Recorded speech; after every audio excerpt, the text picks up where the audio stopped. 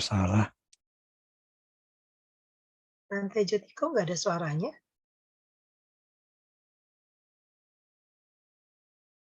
Bante? Tadi tuh saya baru dapat informasi dari Bante. Bante lagi pakai jubah sih. Mungkin kita tunggu sebentar. Ya, paling sebentar lagi juga udah ini sih.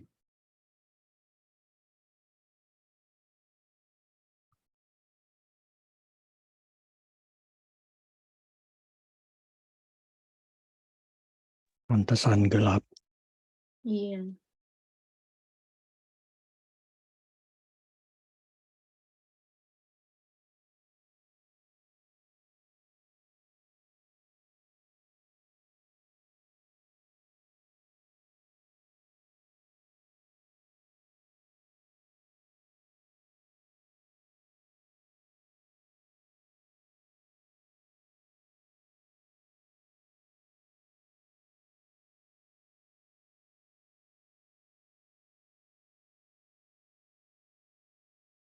Selamat pagi Naomi. Naomi selamat pagi atau selamat sore nih? Sambil kita tunggu Bante Jotiko. Selamat pagi, Tan. Ya. Halo Ci Aling. Halo, Ci. Selamat sore Ci. Apa kabar? Baik. Ini Naomi di mana ya Naomi? Masih di Taiwan ya Ci Aling? Masih? Ya. Naomi di mana ya? Saya Naomi? di Jerman, temennya Steven. Oh, temannya Steven. Iya. Oke. Selamat pagi ya Naomi. Salam kenal. Salam kenal, Tante. Selamat pagi.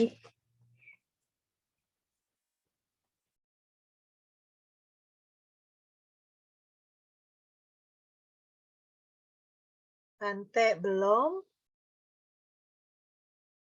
Kita dikit nih.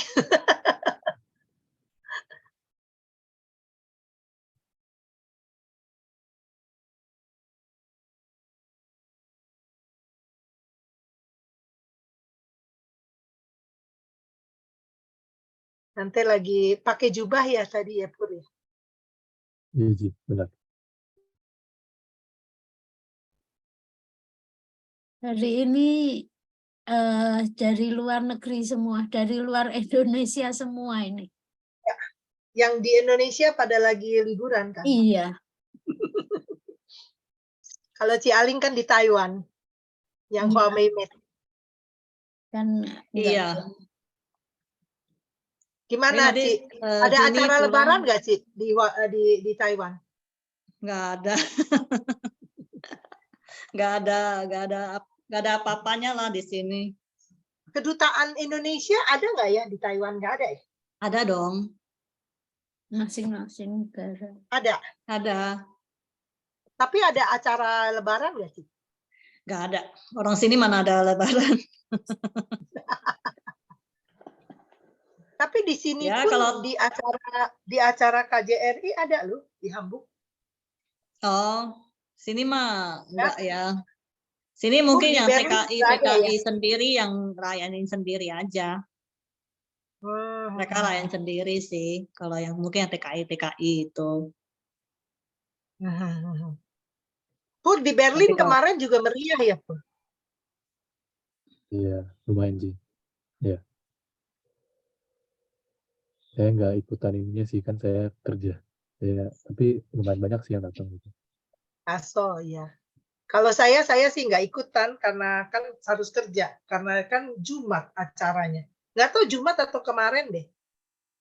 Udah nggak aktif lagi sih ke KJRI. Jerman Karena apa enggak? Yang Muslim Iya. banyak enggak? Banyak kan Banyak. Muslim di Karena sana? banyak dari Turki. Oh, banyak ya. Berarti mereka ada rayain dong. Ada kelihatan Ada. rayain. Oh. Ada. Karena kan banyak Turki. Atau Demi tempatnya di Köln gimana? Di Köln, di Aachen. Jamie unmute, Jamie. Di akan ada dua tiga masjid kalau nggak salah. Mereka sampai di lapangan lah merayakannya di lapangan bola.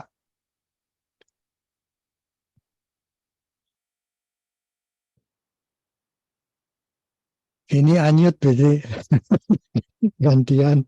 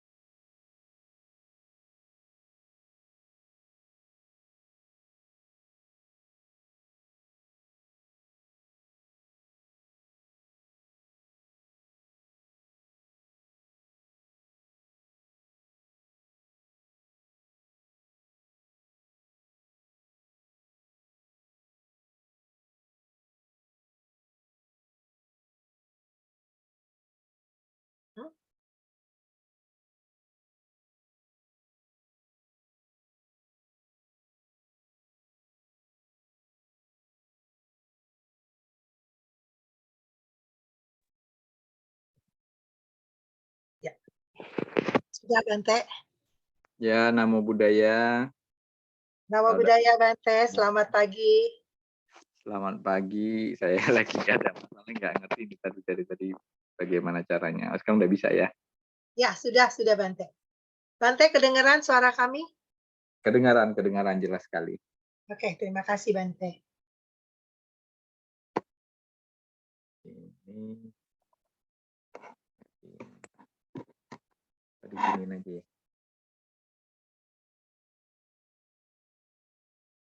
Ya, Namo Buddhaya. Selamat pagi semuanya kepada Bapak-bapak, Ibu-ibu, saudara-saudari sekalian. Terimalah salam dari saya, Namo Buddhaya, salam Buddhis, dan kalau ada yang pakai Sukihotu. Jadi salam jumpa kembali. Pada sesi kali ini tema yang saya bawakan itu adalah tentang bagaimana pelaksanaan agama Buddha dalam kehidupan sehari-hari. Jadi sebenarnya tema ini sudah sering-sering saya ulang, tapi kali ini akan saya coba rangkum lebih lengkap lagi dan lebih jelas lagi, dan semoga dapat saya persembahkan dalam cara yang lebih sederhana ya. Jadi sebenarnya di dalam agama Buddha, itu praktek agama Buddha itu sangat gampang kita lakukan dalam kehidupan sehari-hari. Yang paling penting itu adalah kita mengingat adanya 10 parami atau 10 kesempurnaan yang dipraktekkan oleh seorang bodhisattva sebelum menjadi seorang Buddha. Salah satunya itu yang paling dasar adalah dana. Nah, berdana ini sangat gampang kita lakukan karena semua orang, bahkan binatang pun bisa melakukan dana, bukan hanya manusia. Jadi untuk berdana itu tidak membutuhkan yang namanya satu keahlian, satu pengetahuan yang mendalam, itu tidak kita butuhkan. Nah, setelah dana, baru kita melanjutkan ke yang disebut dengan 8 ruas jalan utama yang dibagi ke dalam 3 kelompok, yaitu sila, samadhi, dan panya. Nah, praktek ini sangat gampang kita lakukan dalam pengertian kita bisa mempraktekannya dalam kehidupan sehari-hari, cuma tidak seperti yang maksudnya tidak gampang dalam pengertian mendapatkan hasilnya. Jadi ini sebuah proses waktu yang sangat panjang, saya rasa mungkin terlalu rendah ya, coba saya ganti pakai yang lebih pendek.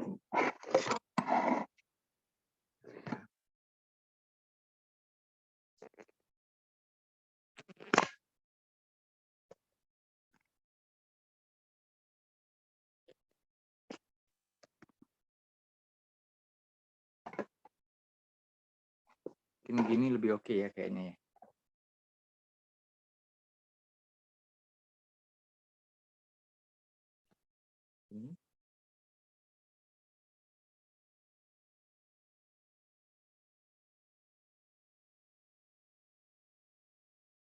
Ya, jadi kita melaksanakan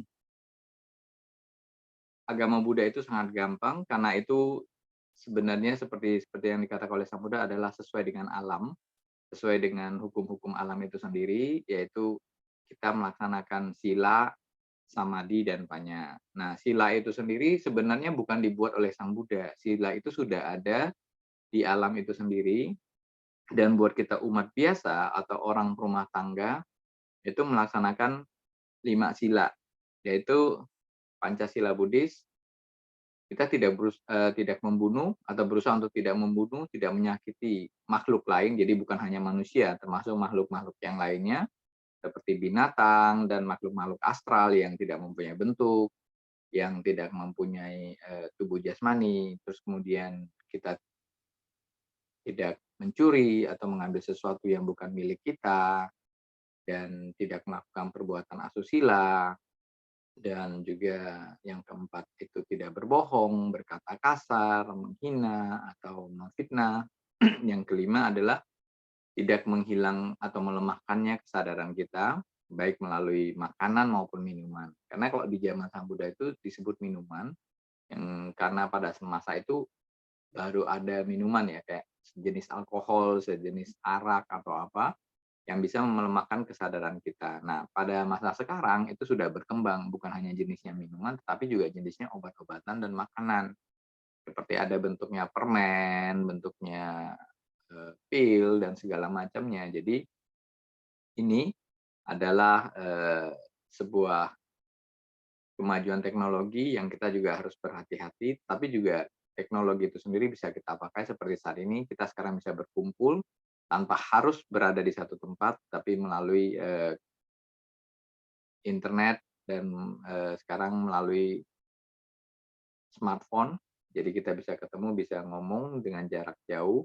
Ini seperti kesaktian di zaman Sang Buddha dulu. Cuma kita nggak perlu kesaktian karena teknologi sudah ada, jadi kesaktiannya tidak dibutuhkan lagi. Kita bisa berbicara jarak jauh, bisa melihat jarak jauh, bisa belajar jarak jauh, jadi nggak perlu lagi seperti zaman Sang Buddha lagi kita harus berkumpul di satu tempat. Jadi ini kelebihan teknologi yang bisa kita ambil. Tapi kita juga harus berhati-hati dengan kelebihan teknologi yang lain seperti yang saya katakan tadi, obat-obatan yang sekarang sudah bentuknya lebih canggih, itu harus kita sadari dan kita jaga agar jangan sampai kitanya sendiri terjatuh ke dalam pengaruh dari obat-obatan, pengaruh dari alkohol, karena itu bisa melemahkan kesadaran kita, karena tugas utama seorang umat Buddha itu adalah melatih kesadarannya. Nah, itu dari proses yang pertama saya katakan tadi sila, sekarang kita melanjut ke samadhi. Nah, inilah yang disebut dengan meditasi atau melatih kesadaran. Kembali lagi, saya ulang sedikit lagi mengenai meditasi. Jadi meditasi Buddhis itu dibagi di dalam 2 kelompok besar. Kelompok pertama adalah samatha bhavana, atau yang disebut dengan meditasi ketenangan batin. Yang kedua, vipassana bhavana, meditasi untuk mencapai pencerahan atau mencapai kebijaksanaan. Nah, di samatha bhavana sendiri itu dipecah lagi menjadi 2 kelompok besar, yaitu melatih sati atau kesadaran dan melatih konsentrasi atau yang disebut dengan samadhi atau yang konsentrasi yang terpusat. Nah, sati dan samadhi ini sebagai landasan atau sebagai basic, sebagai dasar buat melatih vipassana atau melatih meditasi menuju pandangan terang.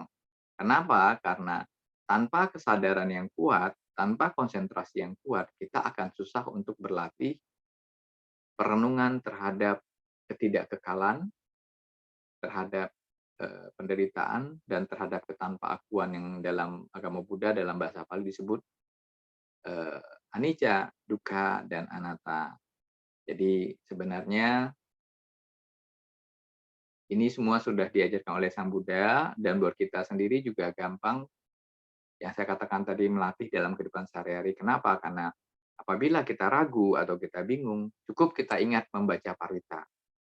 Nah, di dalam parita itu sendiri, itu adalah ajaran Sang Buddha atau khotbah-khotbah Sang Buddha yang dipersingkat, yang diambil sesuai dengan temanya masing-masing.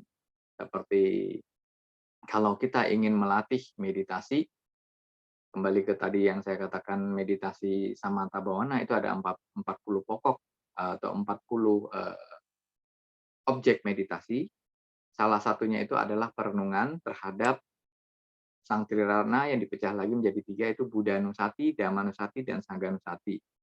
Nah, dengan perenungan kita bisa melihat atau bisa mengerti keluhuran seorang Buddha. Nah, itu melalui parita Buddhanusati, yaitu parita perenungan terhadap Buddha. Nah, kemudian perenungan terhadap Dhamma itu melalui Dhammanusati, perenungan terhadap Dhamma, dan Sanghanusati, perenungan terhadap Sangha. Nah, Sangha di sini adalah para Arya Sangha atau para orang-orang yang telah mencapai kesucian. Jadi bukan, sebenarnya lebih diutamakan bukan ke Majjhima Bhikkhu atau bukan ke Bhikkhu yang biasa ya. Jadi ini diarahkan ke para Bhikkhu Sangha yang telah mencapai kesucian. Jadi kita mengambil ini sebagai sebuah pelatihan untuk kita supaya kita bisa maju dalam latihan. Jadi kita memakai objek-objek ini. Nah, setelah itu kita nanti kalau kita punya sati dan samadhi kita kuat, kita baru masuk ke arah vipassana. Jadi ketika kita melakukan perenungan terhadap ketidakkekalan, itu lebih gampang karena kita tidak lagi terganggu pikirannya oleh kekacauan pikiran, karena pikiran yang selalu berlari. Jadi pikiran kita itu seperti yang dikatakan oleh Sang Buddha adalah seperti kuda liar, atau seperti istilah yang lain dipakai adalah seperti monyet yang selalu bergelantungan, yang selalu meloncat-loncat dan tidak pernah berhenti atau tidak pernah diam. Nah, caranya dengan kita melatih sati atau kesadaran. Nah, untuk melatih meditasi ini sendiri pun itu ada 4 kondisi tubuh yang menunjang, yaitu kondisi dalam posisi berdiri, posisi duduk, posisi berbaring, dan posisi berjalan. Jadi meditasi itu sendiri ada di dalam pikiran, bukan di tubuh kita. Cuma tubuh kita itu menunjang pelatihan kita dengan 4 posisi. Jadi saya ulang sekali lagi, itu berdiri, duduk, berjalan, dan berbaring. Jadi sambil berbaring pun kita bisa meditasi, berjalan pun kita bisa bermeditasi, duduk kita bisa bermeditasi, berdiri kita juga bisa bermeditasi dalam kehidupan sehari-hari. Seperti misalnya kalau kita tinggal kayak di Eropa sini, sambil menunggu bus, kita kan berdiri, nggak ngapa-ngapain. Nah, kita bisa bermeditasi, memusatkan pikiran kita ke kesadaran, dengan menjaga kesadaran penuh, dengan melatih misalnya kita melafalkan kata-kata Buddha. Seperti kalau di yang Theravada yang biasa saya latih di Thailand, kita memakai kata-kata Buddho.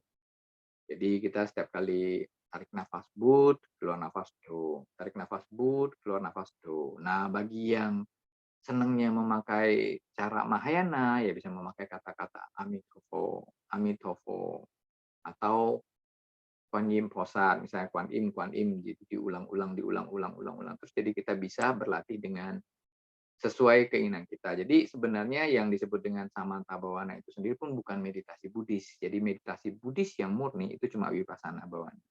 Tapi di dalam Buddhisme, Sang Buddha mengajarkan itu dipecah dalam jadi 2 bagian. Jadi diambil karena itu adalah fondasi untuk menuju ke Vipassana. Nah, meditasi Samanta Bhawana sendiri pun ada di agama-agama lain. Jadi sebenarnya itu bukan rahasia, jadi bukan milik Buddhis, bukan milik kita, tapi itu milik umum. Nah, kalau di agama lain, contohnya kayak yang di Islam, itu mereka memakai kata-kata, kalau saya nggak salah itu istilah mereka kayak tahlilan atau apa namanya, zikir. Nah, itu juga meditasi, tapi itu Samanta Bhawana, karena mereka memakai objeknya itu ada 2, biasa memakai objek suara atau kata-kata, dan objek kalau di Islamnya memakai tasbih, mereka nanti satu kata pakai 1 biji, 1 kata 1 biji. Nah, itu meditasi di Samanta Bhawana yang, jadi kembali saya mau ulang lagi, 40 pokok meditasi Samanta Bhawana itu adalah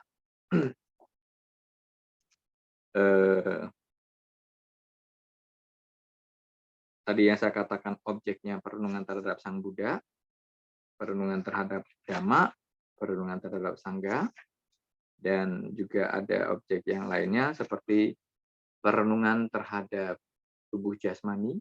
Jadi ketidakkekalan tubuh jasmani termasuk bagian dari 40 pokok meditasi Buddhis. Dan itu ada lagi objek cahaya. Jadi kalau bahasa Palinya disebut objek kasina. Nah, kan ada yang suka memakai objek itu, ada objek cahayanya warna putih, warna biru, warna kuning, warna merah. Itu objek cahaya yang dipakai dalam 40 pokok meditasi Buddhis. Nah, itu juga sebenarnya di agama-agama lain juga ada. Jadi makanya seperti yang saya katakan tadi bisa kita pakai, tapi juga kita juga tidak harus tergantung ke hal itu. Nah, jadi agak enak ya, agak tinggi dikit. Nah, jadi praktik dari meditasi 40 pokok meditasi itu bisa kita pakai. Nah, ini dia. Saya ulang sekali lagi, itu adalah 10 kasina atau 10 cahaya, 10 macam cahaya itu di sini dipecah lagi menjadi kasina esensil pokok atau dhatu kamatana, yaitu tanah, air, api, dan udara, atau disebut dengan pakawi, apo, tejo, dan wayo. Kemudian kasina warna ada 4. Di sini disebut hijau nila, kuning pita, merah lohita, putih odata. Atau kasina cahaya, itu cahaya sebagai objek, aloka, dan ruang tanpa batas sebagai objek. Terus kemudian ada 10 asubha atau 10 kekotoran dari tubuh jasmani. Di sini ada mayat yang membengkak, mayat kebiruan, mayat bernanah, mayat yang dilupakan, mayat yang berceceran dan digigit binatang, mayat yang terpotong dan tercecer, mayat yang disayat, mayat yang berdarah, mayat yang berbelatung, mayat yang berupa tengkorak atau kerangka. Nah, 10 perenungan anusati, yaitu perenungan tentang kebaikan atau kualitas baik. Di sini perenungan terhadap Buddha yang tadi saya udah sebut, Dhamma dan Sangha yang melalui itu Buddha Nusati, Dhamma Nusati, Sangha Nusati. Perenungan terhadap kebajikan, kemoralan atau sila seseorang yang disebut dengan Sila Nusati. Perenungan terhadap kedermawanan seseorang yang disebut dengan Caga Nusati. Perenungan terhadap kualitas tumimba lahir sebagai dewa disebut dengan Dewata Nusati. Yang di sini dipecah lagi kalau kita mau ambil sila, sada, sutta, caga, dan panya. Perenungan akan kepastian kematian, Marana Nusati. Perenungan 32 bagian tubuh disebut Kaya Gata Nusati. Perenungan keluar masuknya nafas, Anapanasati. Dan perenungan terhadap Nibbana atau Upasa Manusati. Nah, dari situ juga ada lagi perenungan terhadap 4 sifat-sifat luhur yang disebut dengan Brahma Wihara, yaitu metta, karuna, mudita, dan upeka. Nah, ini adalah 40 objek-objek meditasi yang bisa kita pakai untuk di Vipassana dan di Samanta Bhawana. Kenapa? Karena perenungan terhadap tubuh jasmani sendiri pun itu bisa dipakai sebagai objek Vipassana, bahwa itu adalah ketidakkekalan. Kejijikan terhadap tubuh jasmani yang menimbulkan keinginan kita untuk mencapai pencerahan, yaitu merenungkan bahwa tubuh itu tidak kekal, bahwa tubuh itu menimbulkan penderitaan, dan bahwa tubuh itu sendiri adalah tanpa aku atau tanpa inti yang kekal. Karena apabila tubuh itu sudah mati, sudah tidak ada lagi yang bisa kita katakan sebagai tubuh. Apabila telah terurai menjadi tadi yang salah satu dari 40 pokok objek meditasi tadi, yaitu elemen atau unsur tanah, unsur api, unsur air, dan unsur udara. Nah, kalau sudah dipecah ya nggak ada yang disebut tubuh, udah nggak ada. Karena hanya 4 unsur. Makanya dikatakan adalah tanpa aku atau tanpa inti. Nah, jadi itu adalah praktek kita dalam kehidupan sehari-hari. Apabila kita bingung, seperti yang saya katakan tadi, rajin-rajin baca parita. Tapi jangan cuma baca dalam bahasa Pali, tapi juga baca dalam bahasa Indonesia. Karena apa? Karena Pali kita semua belum tentu mengerti. Bahasa Pali itu bahasa yang sangat dalam dan sangat luas, bahkan mempunyai banyak arti konotasi untuk satu kata. Seperti contohnya Dhamma. Dhamma itu bisa kita katakan sebagai ajaran Sang Buddha. Dhamma itu bisa kita katakan sebagai kebenaran. Dhamma itu bisa kita katakan sebagai alam itu sendiri. Jadi Dhamma adalah segala sesuatu. Nah, itu adalah Dhamma. Makanya Sang Buddha mengatakan sebagai inti ajaran beliau itu adalah sabe sangkara anicca, sabe sangkara dukkha, sabe dhamma anatta. Artinya segala sesuatu yang berkondisi tidak kekal, segala sesuatu yang berkondisi menimbulkan penderitaan, tapi segala sesuatunya adalah tanpa aku atau tanpa inti. Sabe dhamma anattati. Nah, anat dhamma di sini artinya segala sesuatunya. Jadi dhamma itu sendiri segala sesuatu, dhamma itu sendiri sebagai ajaran, dhamma itu sendiri sebagai kebenaran. Jadi arti kata bahasa Pali itu sangat dalam, makanya kalau kita mau baca, sebaiknya kita juga baca pengertiannya dalam bahasa Indonesia. Karena apa? Karena penerjemahan dalam bahasa Indonesia itu disesuaikan dengan konteks saat itu. Jadi seperti misalnya di Manggala Sutta, itu sutta tentang bagaimana kita sebagai seorang umat Buddha hidup atau mempraktekannya dalam kehidupan sehari-hari. Itu diajarkan mulai dari dasarnya. Cara pertama adalah menghindari pergaulan dengan orang-orang yang tidak bijaksana. Nah, orang yang tidak bijaksana ini adalah orang-orang yang tidak mengenal Dharma. Jadi sehingga apabila kita bergaul dengan orang-orang seperti ini, kita akan terpengaruh oleh karakter mereka. Mungkin awal-awalnya tidak. Misalnya kita terbiasa berkumpul dengan orang-orang yang suka mencuri, atau orang-orang yang suka berbicara yang tidak baik, berkata-kata yang tidak baik, memakai kata-kata yang kasar, kata-kata yang tidak sopan. Nah, kalau kita sering-sering ketemu, nanti kita jadi lama-lama terikut-ikut. Jadi kayak kata kamu suka maki. Di Indonesia saat ini yang saya tahu tuh anak muda suka memakai istilah kata-kata kalau lagi kesel sebutnya anjing, tapi dia diperhalus menjadi anjing katanya gitu kan. Nah, itu juga karena kebiasaan kita ketemu orang-orang seperti ini, nanti kita juga jadi kebiasaan make tanpa sadar. Nah, juga apalagi kalau kita sering ketemu dengan orang-orang yang terbiasa mencuri.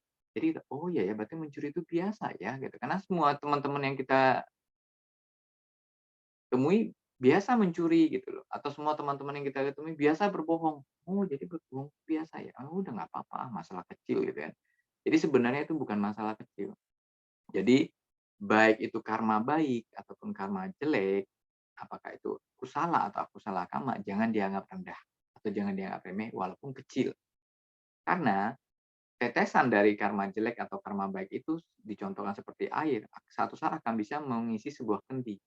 Memang awalnya nggak berasa, satu tetes, satu tetes, satu tetes, satu tetes, kendi itu akan terisi penuh dengan air. Nah, begitu juga dengan karma baik atau karma jelek yang kita biarkan tidak kita latih, itu akan membahayakan kita. Tapi kalau karma jelek kita biarkan dia menumpuk, itu akan membuat kita berbahaya.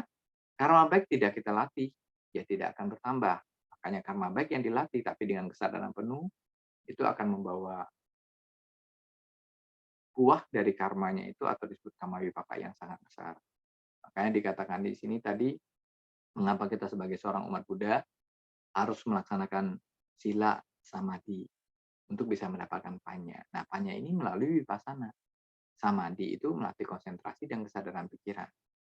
Jadi dengan melatih perenungan terhadap tubuh jasmani, perenungan terhadap ketidakkekalan, kebijaksanaan kita akan bertambah sehingga ketika satu saat nanti kita harus meninggalkan dunia ini atau harus meninggal, kita tidak lagi gelisah. Batin kita sudah bilang, oh iya, memang ini sudah saatnya saya pergi. Memang ini yang harusnya saya alami karena memang manusia itu sendiri tidak kekal. Rupa kanda ini tidak kekal. Bahkan sebenarnya nama kanda kita pun atau yang disebut dengan unsur batin yang terbagi dalam 4 kelompok yaitu perasaan, pencerapan, bentuk-bentuk pikiran dan kesadaran itu sendiri pun tidak kekal. Itu pun satu saat juga akan berproses dan akan berakhir. Makanya di dalam Buddhisme itu Sang Buddha sudah mengajarkan dengan sangat lengkap dan sangat jelas apakah yang dibawa setelah kematian datang itu bukan 5 kanda ini. Yang akan dibawa hanyalah satu, yaitu pati sandi winyana, kesadaran yang menyambung. Nah, di kesadaran yang menyambung ini itu ada karma kita semua. Jadi kumpulan karma baik dan karma jelek kita itu akan terbawa ke kehidupan berikutnya. Tapi bukan nama kanda dan rupa kanda kita. Nanti kita akan lahir lagi di alam berikutnya, apakah di alam manusia, alam rendah, atau alam atas. Itu akan terbentuk lagi karakter baru sesuai dengan karma yang sudah kita pupuk. Jadi kita menjadi orang yang baik atau menjadi orang yang jelek itu karena karma wipaka, hasil dari buah karma kita. Jadi kita punya nama dan rupa kanda ini tidak kita bawa, akan kita tinggalkan. Makanya sebaiknya kita melatih kesadaran pikiran, memupuk karma baik supaya kita nanti lahir lagi sebagai makhluk berikutnya yang jadi makhluk yang baik. Misalnya jadi dewa atau jadi manusia. Jangan sampai lahirnya ke alam rendah seperti terlahir ke alam binatang atau ke alam neraka atau ke alam peta yang selalu kelaparan, yang tidak mempunyai ketenangan dalam batinnya. Nah, jadi saya ulang lagi dana. Kenapa kita harus berdana? Karena dana itu paling gampang dilaksanakan. Siapapun bisa melaksanakan dana. Orang mabuk juga bisa berdana. Orang sakit juga bisa berdana. Binatang juga bisa berdana. Tetapi orang sakit, terutama sakit mental, atau orang yang mabuk, atau binatang nggak bisa menjaga sila. Makanya pelatihan yang paling pertama itu adalah dana. Dan kelebihan dana ini adalah kita belajar melepas. Belajar untuk tidak terikat dengan apa yang kita miliki. Kita punya harta. Kita punya tubuh jasmani. Kita punya bentuk-bentuk yang bagus. Tapi ini juga tidak kekal. Dengan kita belajar melepas, jadi kita juga belajar untuk tidak terikat dengan apa yang kita miliki. Misalnya, kita punya uang 1.000. Kita danain Rp50 atau Rp25. Ini kita belajar melepas sedikit demi sedikit. Karena ini juga, harta ini bukan milik kita. Karena pada saat kita mati, kita nggak bawa harta, kita nggak bawa uang. Tapi kita membawa perbuatan baik ketika kita melakukan dana itu sendiri. Nah, setelah kita melaksanakan praktik dana, yang terbagi juga dana itu dibagi dalam 3. Kalau saya bagi dalam 3 kelompok besar, yaitu melalui tubuh jasmani, melalui ucapan, dan melalui pikiran. Nah, melalui tubuh jasmani juga itu termasuk kelompok berdana benda-benda yang seperti saya katakan tadi, berdana uang, berdana air, berdana tenaga, itu juga berdana. Jadi dana tidak harus dalam bentuknya materi, tapi dana bisa dalam bentuk tenaga. Tapi itu sebenarnya juga materi, karena itu energi kan. Kita berdana seperti kita ke wihara, membantu sebuah kegiatan agama di wihara, kayak upacara atau apa, itu kita berdana tenaga. Tapi juga di sana bisa kita berdana ucapan. Ucapan yang baik apa? Misalnya seperti para pandita memimpin upacara, membaca parita-parita suci, itu kan berdana melalui ucapan. Nah, kemudian semuanya itu bersumber dari pikiran. Jadi mano atau pikiran itu juga ikut bermain. Nah, kita juga bisa berdana hanya dalam bentuk pikiran tanpa melalui ucapan maupun perbuatan tubuh jasmani. Contohnya apa? Ketika kita memancarkan meta melalui kekuatan pikiran, ketika kita membacakan parita-parita pelimpahan jasa, itu sudah berdana dalam bentuk-bentuk pikiran. Misalnya di dalam hati kita mengatakan, saya melimpahkan semua jasa-jasa perbuatan baik yang saya telah kumpulkan hingga detik ini kepada semua makhluk tak terbatas, tak ternilai. Semoga semua makhluk berbahagia dan semua makhluk bisa menikmati pelimpahan jasa-jasa saya. Ini sudah berdana, tapi dalam kekuatan pikiran. Atau berdana yang lebih gampang melalui pikiran itu memancarkan meta. Gampang tapi tidak gampang. Nah, dikatakan gampang karena ada sebagian dari guru-guru mengatakan meta itu susah. Jadi meta memang susah dipraktekkan, tetapi apabila kita sudah terbiasa melakukannya, kita akan bisa punya meta. Jadi meta itu juga butuh proses waktu. Ketika kita meditasi, cinta kasih atau disebut dengan meta bawana, kita mengucapkan semoga semua makhluk berbahagia. Bebas dari penderitaan, bebas dari kebencian, bebas dari kesakitan, bebas dari kesukaran. Nah, ini kita memancarkan meta kepada semua makhluk. Mendoakan mereka semua berbahagia, itu meta. Tapi sebenarnya kata-kata yang tadi saya katakan itu bukan hanya meta. Di sana juga ada karuna, di sana juga ada mudita, di sana juga ada upeka. Kenapa bisa dikatakan ada meta, cinta kasih? Semoga semua makhluk berbahagia. Berarti kita akan memancarkan cinta kasih. Bebas dari penderitaan, itu karuna. Belas kasihan, semoga mereka tidak menderita. Bebas dari penyakit, sama, atau kesakitan. Bebas dari kesukaran. Nah, semoga mereka dapat mempertahankan kebahagiaan mereka sendiri. Itu termasuk mudita. Nah, yang UPK, semoga mereka semua hidup dalam dhamma, misalnya kita mengatakan begitu. Nah, itu juga termasuk melatih keseimbangan batin atau UPK. Jadi sebenarnya ajaran Sang Buddha itu sudah sangat-sangat jelas dan bisa kita laksanakan dalam kehidupan sehari-hari, cuma kita tidak sadar bahwa itu sudah pelaksanaan dhamma. Jadi praktek agama Buddha itu sangat gampang dilaksanakan, tetapi belum tentu hasilnya bagus. Nah, kenapa? Karena apabila tidak ada konsentrasi atau kesadaran pikiran yang kuat, kita kadang-kala melakukan perbuatan baik, tapi pikiran kita kemana-mana. Orang berdana, bisa jadi dia berdana tenaga, berdana pikiran, tapi lagi nyapu, pikirannya mikirin, oh iya ya tadi saya masak kayaknya belum ngangkat ya masakannya ya, kayaknya mungkin masaknya nanti hangus apa gimana. Nah, dia berdana, tapi pikirannya tidak sedang dalam kondisi berdana. Tubuhnya berdana, lagi nyapu kan ini. Makanya kita harus melatih sebagai seorang umat Buddha itu melatih meditasi. Jadi sila, samadhi, dan banyak itu harus kita praktekkan dalam kehidupan sehari-hari supaya karma baik yang kita lakukan itu mempunyai kekuatan yang sangat besar.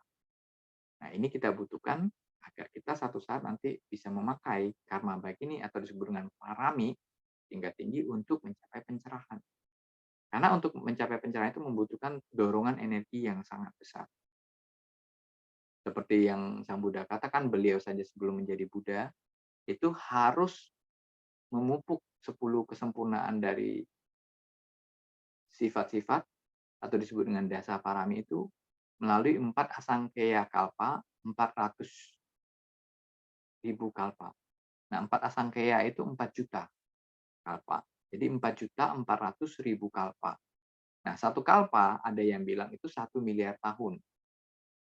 Tapi ada yang bilang itu satu proses dunia itu terbentuk. Jadi saya sendiri juga nggak ngerti karena belum bisa membuktikan. Cuma secara teori dikatakan begitu. Ada yang mengatakan kayak satu kalpa. Jadi di masa kita ini satu kalpa ada 5 Buddha. Nah, berarti itu bukan 1 miliar tahun. Lebih dari 1 miliar tahun. Karena bumi kita ini aja terbentuk itu miliaran tahun. Untuk bisa menjadi bumi sekarang ini tempat kita tinggal itu miliaran tahun. Nah, kalau disebut dengan satu kalpa, itu satu proses dunia ini terbentuk. Nah, bayangin 4.400.000 kalpa seorang bodhisatwa menyempurnakan paraminya, 10 paraminya untuk menjadi Buddha. Nah, berapa lama proses waktu itu yang dibutuhkan? Nah, kita itu sangat beruntung. Kita manusia yang lahir saat ini di bumi ini mempunyai parami yang sangat tinggi, terutama kita, apalagi kita sebagai umat Buddha. Parami yang sangat tinggi karena kita saat ini mempunyai kesempatan. Nggak perlu nunggu lagi. Buddha Gautama sudah mengajarkan ajaran beliau. Kita tuh punya karma baik untuk bisa mengenal dharma beliau. Kita bisa sekarang belajar, bisa praktek, dan mungkin nanti bisa menembus dalam kehidupan ini. Nah, parami yang kita pupuk saat ini juga sudah sangat besar. Jadi jangan disia-siakan. Latih terus, kita punya kesadaran pikiran, latih terus, kita punya moralitas, sehingga kita nanti bisa menembus yang namanya kebijaksanaan, atau nibbana, atau kesempurnaan, atau disebut pencerahan. Jadi kita manusia saat ini yang lahir di bumi ini, bumi kita ini ya, bukan bumi-bumi yang lain. Jadi bumi itu tidak satu. Alam manusia satu, tapi bumi manusia tidak satu. Masih banyak bumi-bumi yang lain yang selalu disebut oleh para ahli ilmu pengetahuan yang mempelajari tentang astronomi segala macam mengatakan ada makhluk luar angkasa atau bahasa Inggrisnya alien. Sebenarnya itu bukan alien, mereka itu manusia juga, tapi dari bumi yang lain. Tapi cuma bumi kita yang mempunyai karma baik, yang mempunyai parami, mengenal ajaran Buddha saat ini. Tidak semua bumi punya kesempatan. Hanya bumi kita. Dan di bumi kita ini sudah ada 4 Buddha. Buddha yang terakhir yang akan muncul yaitu Buddha Maitreya. Tapi entah berapa juta tahun lagi kita nggak tahu. Karena prosesnya sangat lama. Jadi kalau kita ingin melatih, ingin cepat sampai ya saat ini di Buddha ini. Berlatihlah dengan baik karena menurut Sang Buddha Gautama, ajaran beliau itu bertahan lebih kurang 5.000 tahun. Nah, sekarang sudah hampir 2.600 tahun kan, 2.566 ya tahun ini ya, tahun Buddhis. Ya ditambah dengan ajaran ditambah dengan umur Sang Buddha 80 tahun, 45 tahun ajaran beliau ngajar, ya udah 2.600 tahun ajaran Buddha. Berarti masih sisa 2.400 tahun. Nah, kita harus cepat-cepat. Kita ngejar waktu sekarang. Bukan waktu yang ngejar kita. Kebalik, waktu yang ngejar kita sebenarnya. Kita tuh dikejar oleh waktu. Kita nggak sadar nih, tiap hari kita tambah tua, tiap hari kita tambah lemah, tiap hari kita tambah menderita. Karena kita tidak melatih kesadaran pikiran kita. Jadi kembali lagi ingin saya ingatkan bahwa karma baik kita sangat baik, sangat banyak, parami kita sangat tinggi, kita punya kesempatan dalam kehidupan ini mempelajari agama Buddha, menjadi umat Buddha, bisa praktek dengan meditasi, dan bisa semoga dalam kehidupan ini juga bisa menembus yang disebut dengan pencerahan-pencerahan, apakah itu pencerahan besar ataupun pencerahan kecil. Semoga kita semua bisa maju dalam Dharma, dan rajin-rajin baca parita, karena di dalam parita itu sendiri banyak yang kita bisa ingat bahwa itulah ajaran Sang Buddha. Seperti yang saya katakan tadi, kalau Manggala Sutta tentang bagaimana menjadi seorang umat Buddha yang baik, bisa tidak bergaul dengan tidak bijaksana, bergaul dengan yang bijaksana, lahir di tempat yang sesuai, menolong sanak keluarga, membantu ayah dan ibu. Di sana juga dikatakan berlatih meditasi, menjaga sila, segala macam itu sudah lengkap. Malah di satu parita saja sudah lengkap.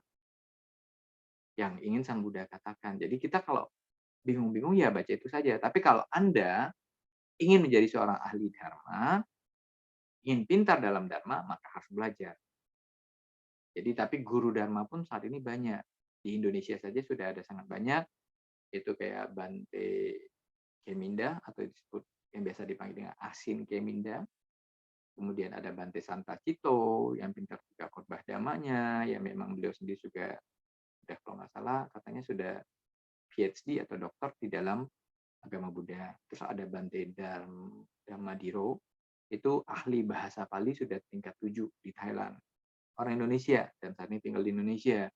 Dan mereka banyak yang kayaknya ngajar secara Zoom atau di YouTube bisa kita lihat. Nah, kalau Anda ingin belajar Dhamma, ingin mengenal teori Dharma lebih lanjut, silakan, di situ banyak.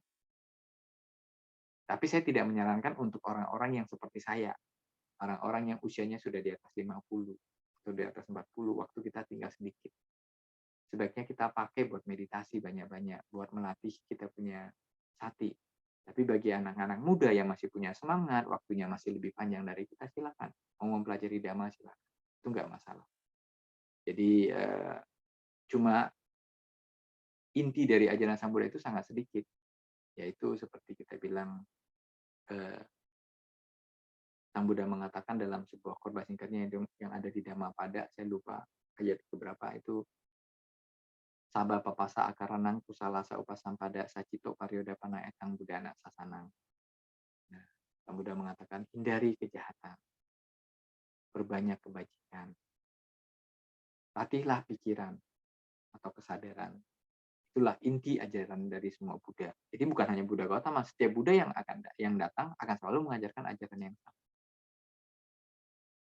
Nah, jadi kembali lagi saya ingatkan itu gampang. Jadi umat Buddha itu sebenarnya saat ini udah gampang, bukunya banyak, informasinya banyak, cuma susah dipraktekkan dalam pengertian apa? Membutuhkan ketekunan. Meditasi gampang, tinggal duduk, tinggal berdiri, tinggal berjalan, tinggal berbaring, kita udah meditasi. Cuma, apakah kita punya ketekunan? Kalau bahasa ininya apa ya? Kegigihan atau ketangguhan. Kalau di Jerman itu ada istilahnya, apa juga saya. Jadi, latihan itu harus kita lakukan dengan kontinu. Melatih ketahanan mental itu penting, yaitu melatih kedisiplinan, melatih kontinuitas atau yang disebut dengan apa namanya, ketekunan, itu penting. Meditasi tidak akan pernah bisa maju kalau hari ini kita meditasi, besok enggak, ini meditasi, besok enggak, itu susah. Tapi meditasi itu sendiri juga tidak susah sebenarnya. Cuma kitanya tidak sadar. Seperti yang saya katakan tadi, kita berjalan aja bisa meditasi. Nyapu aja bisa meditasi, masak aja bisa meditasi. Minum bisa meditasi, mandi pun bisa meditasi. Cuma kita tidak sadar bahwa kita bisa bermeditasi. Kenapa selagi kita mempunyai tubuh jasmani, kita masih bernafas, kita masih bisa meditasi. Objeknya bisa macam-macam. Objek gerakan tubuh kita bisa ambil. Misalnya kita sedang nyapu, ya itu gerakan tubuh. Ketika menyapu, ya kita menyadari menyapu. Tapi kalau mau ditambah dengan kata-kata, boleh. Sekali satu dorongan sapu atau tarikan sapu, Buddho. Yang kedua, Buddho. Yang ketiga, Buddho. Atau kalau orang yang senangnya Mahayana, boleh. Amitofo. Amitofo. Amitofo. Ini nyapu loh. Tapi kita meditasi. Makan. Sambil masukin nasi ke dalam mulut. Ingat. Ya, saya lagi makan. Oh, pakai kata-kata Buddho. Masuk 1 sendok makan nasi. Buddho. Meditasi. Jadi kalau kita continue berlatih seperti itu setiap hari, satu saat hati kita akan sangat kuat. Dan saat kita kuat itu akan sangat bermanfaat juga dalam kehidupan sehari-hari. Contohnya, Anda akan dibohongi orang. Ketika kesadaran Anda kuat, Anda tidak akan gampang dibohongi orang. Dia ngomong, kita sadar, kita tahu dia ngomong apa.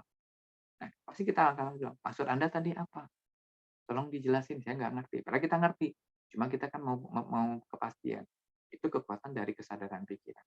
Sati itu penting. Nah, kelebihan kedua sati, kita nggak bisa berbuat jahat kalau hati kita kuat. Ketika emosi kita datang, kemarahan kita datang, oh ya, saya lagi marah. Saya sadar saya lagi marah. Nah, ketika saya sadar saya lagi marah, marahnya jadi berkembang nggak? Nggak jadi berkembang. Karena saya tahu saya marah. Kemarahan tidak akan bisa timbul apabila subjeknya itu atau orangnya itu tidak membiarkan marah itu berkembang. Tapi tidak membuat dia buang, enggak. Cuma menyadari aja. Tahu saya marah, sudah cukup. Nah, itu yang banyak diajarkan oleh guru-guru meditasi di aliran Theravada, terutama di Myanmar, di Thailand, itu gitu. Sadar. Nah, sadar setiap saat apa? Saya sadar saya marah. Saya sadar saya gelisah. Ketika saya sadar saya gelisah, ketika saya sadar saya marah, ya sudah, gelisahnya nanti akan berlalu. Itu adalah ketidakkekalan. Marah saya akan berlalu, itu adalah ketidakkekalan. Tapi juga kita pakai untuk karma baik. Ini kan itu karma jelek yang sedang mau berbentuk. Nah, ketika karma baik maupun oh saya sedang bahagia, sadari kebahagiaan itu sendiri juga tidak kekal. Jadi dua-dua, jangan hanya pada saat happy kita nggak sadar, nanti pada saat tidak happy kita sadar.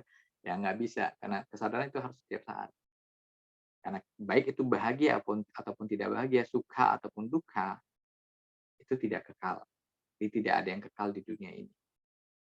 Yang kekal itu nibbana. Makanya kita tidak akan lahir kembali.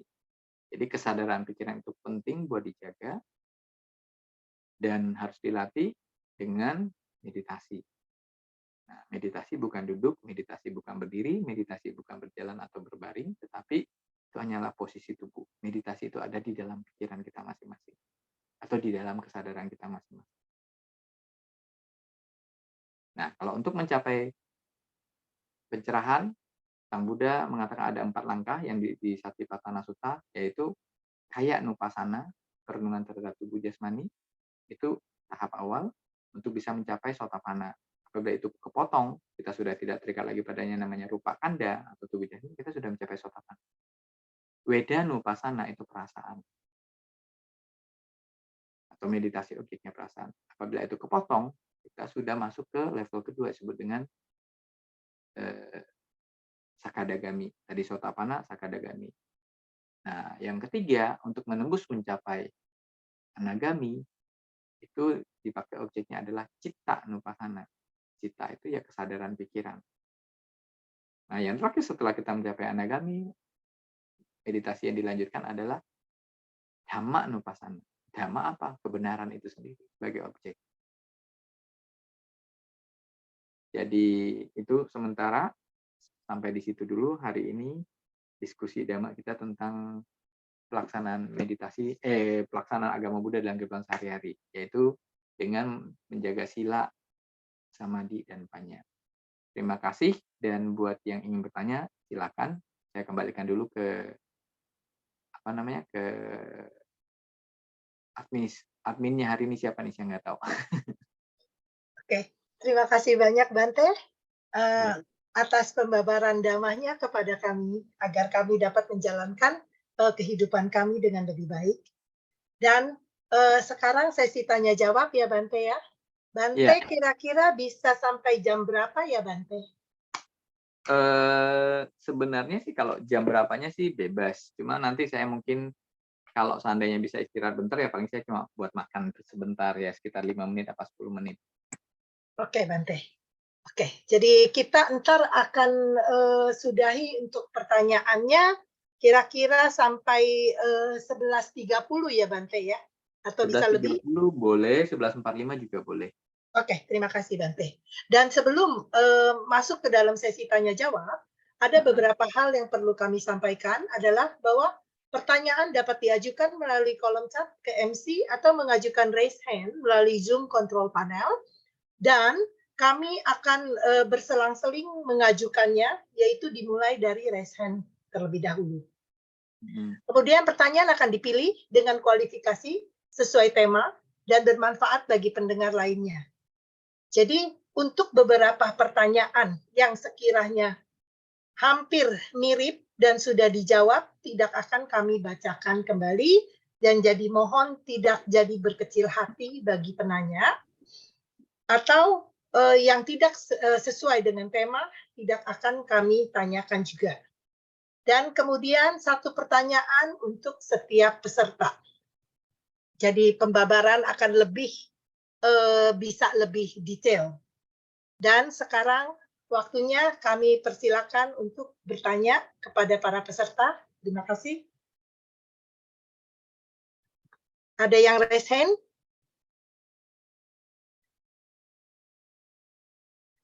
Sudah ada yang bertanya, Pur?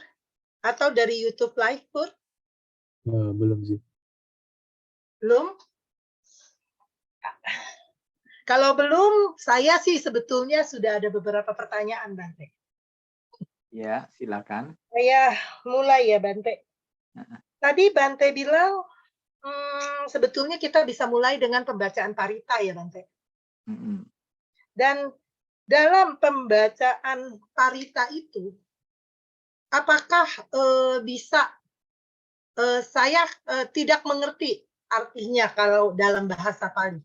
Apakah boleh kita hanya membaca dalam bahasa Indonesia? Jadi kita seandainya punya buku kan tebel nih, Bante.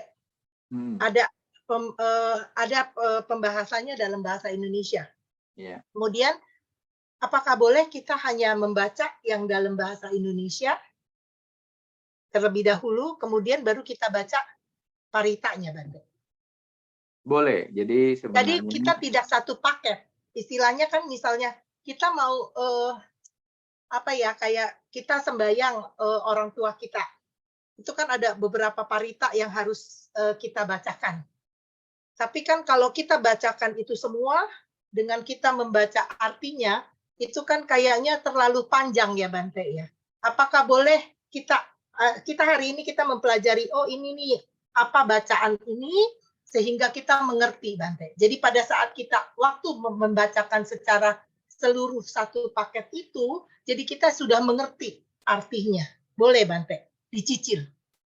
boleh, tidak masalah. Karena sebenarnya baca parita itu bukan seperti yang kita pikirkan. Jadi baca parita itu bukan duduk di depan altar, terus kita baca, suaranya besar-besar, keras-keras.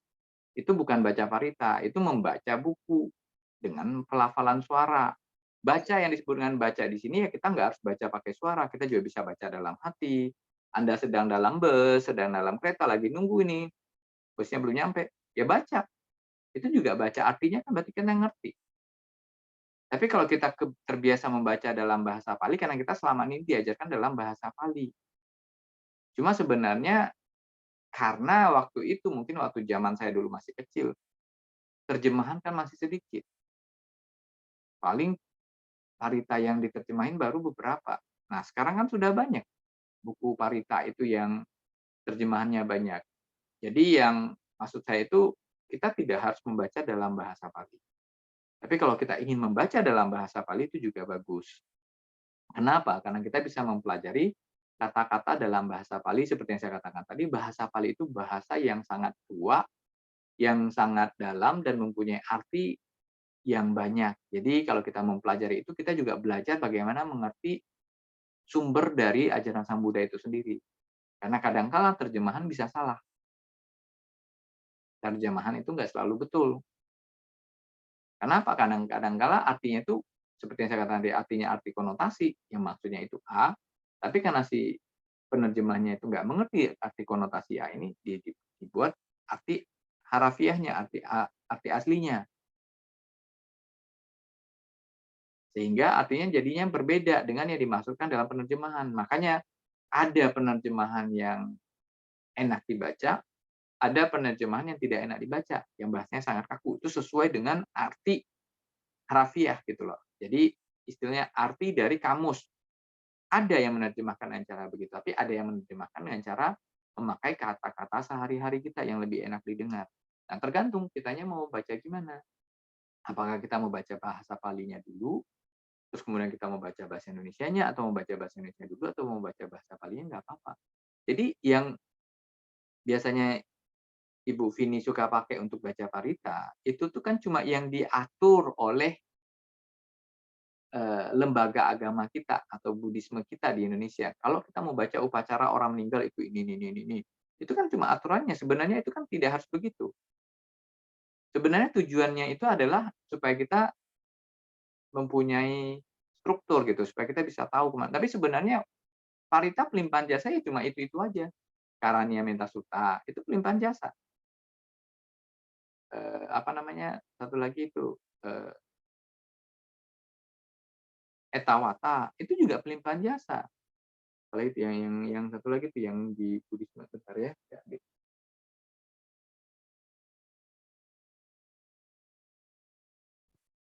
Ya ini apa namanya?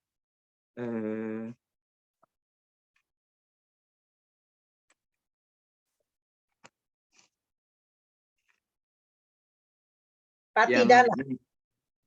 Ya, Patidana itu juga salah satu. Terus satu lagi nih yang Udisana di Tanagata. Itu juga parita pelimpahan jasa juga. Jadi parita pelimpahan jasa itu banyak, bukan cuma satu. Tetapi di dalam tuntunan kebaktian kan ada nih, katanya nih kalau mau baca yang mana?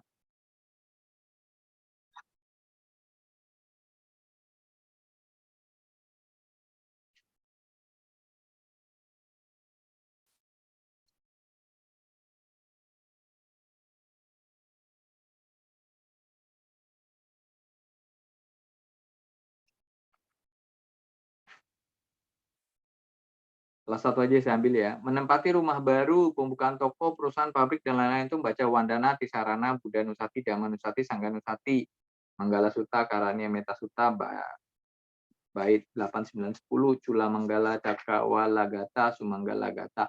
Ini kan cuma tuntunan saja. Sebenarnya kan dengan kita membaca Wandana, kita kan menghormati Sang Buddha. Ya kan, itu kan Wandana itu kan namo tassa bhagavato arahato sama ya, terpujilah sang bagawa yang maha suci yang telah mencapai penerangan sempurna.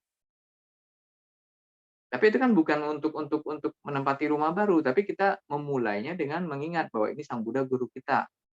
Kita berterima kasih kepada jasa-jasa beliau. Kemudian Sarana menyatakan perlindungan kepada Sang Triratna pada 3 permata. Itu kan nggak harus kita baca. Tapi kalau kita mau baca boleh, nggak baca nggak apa-apa. Terus Buddha, Dhamma, Sangga, Nusati. Itu kan perenungan sifat-sifat luhur dari seorang Buddha, sifat-sifat luhur Dhamma, sifat-sifat luhur dari Sangga. Nah, tujuannya apa? Kenapa dibuat ini banyak baca begini? Supaya apabila ada makhluk-makhluk astral atau makhluk-makhluk yang tidak terlihat, yang berada di sana, ikut mendengarkan ajaran Sang Buddha. Jadi mereka juga punya kesempatan mendapat karma baik, bisa mendengar, oh seorang Buddha itu sangat luhur, luhurnya di sini. Dhamma itu sangat luhur, luhurnya begini. Sangga itu sangat luhur, luhurnya itu begini.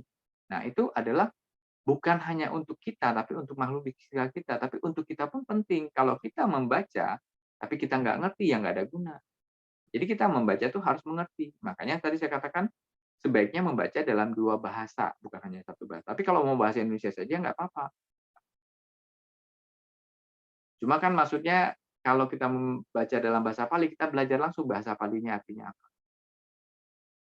Buddha adalah seorang yang terserahkan. Dhamma adalah kebenaran, tapi Dhamma sendiri adalah ajaran. Dhamma adalah segala sesuatu. Itu semuanya Dhamma juga. Tapi jangan terikat sama buku. Kalau menurut Anda tidak punya waktu, baca aja yang singkat. Kalau perlu baca bahasa Indonesianya aja lebih gampang, ya lebih gampang. Tapi kalau memang ada waktu, baca lebih banyak. Jadi kita juga bisa belajar. Kan semakin banyak bahasa yang kita ngerti kan semakin bagus. Nggak ada ruginya kan. Bisa bahasa Indonesia, bisa bahasa Jerman, bisa bahasa Pali.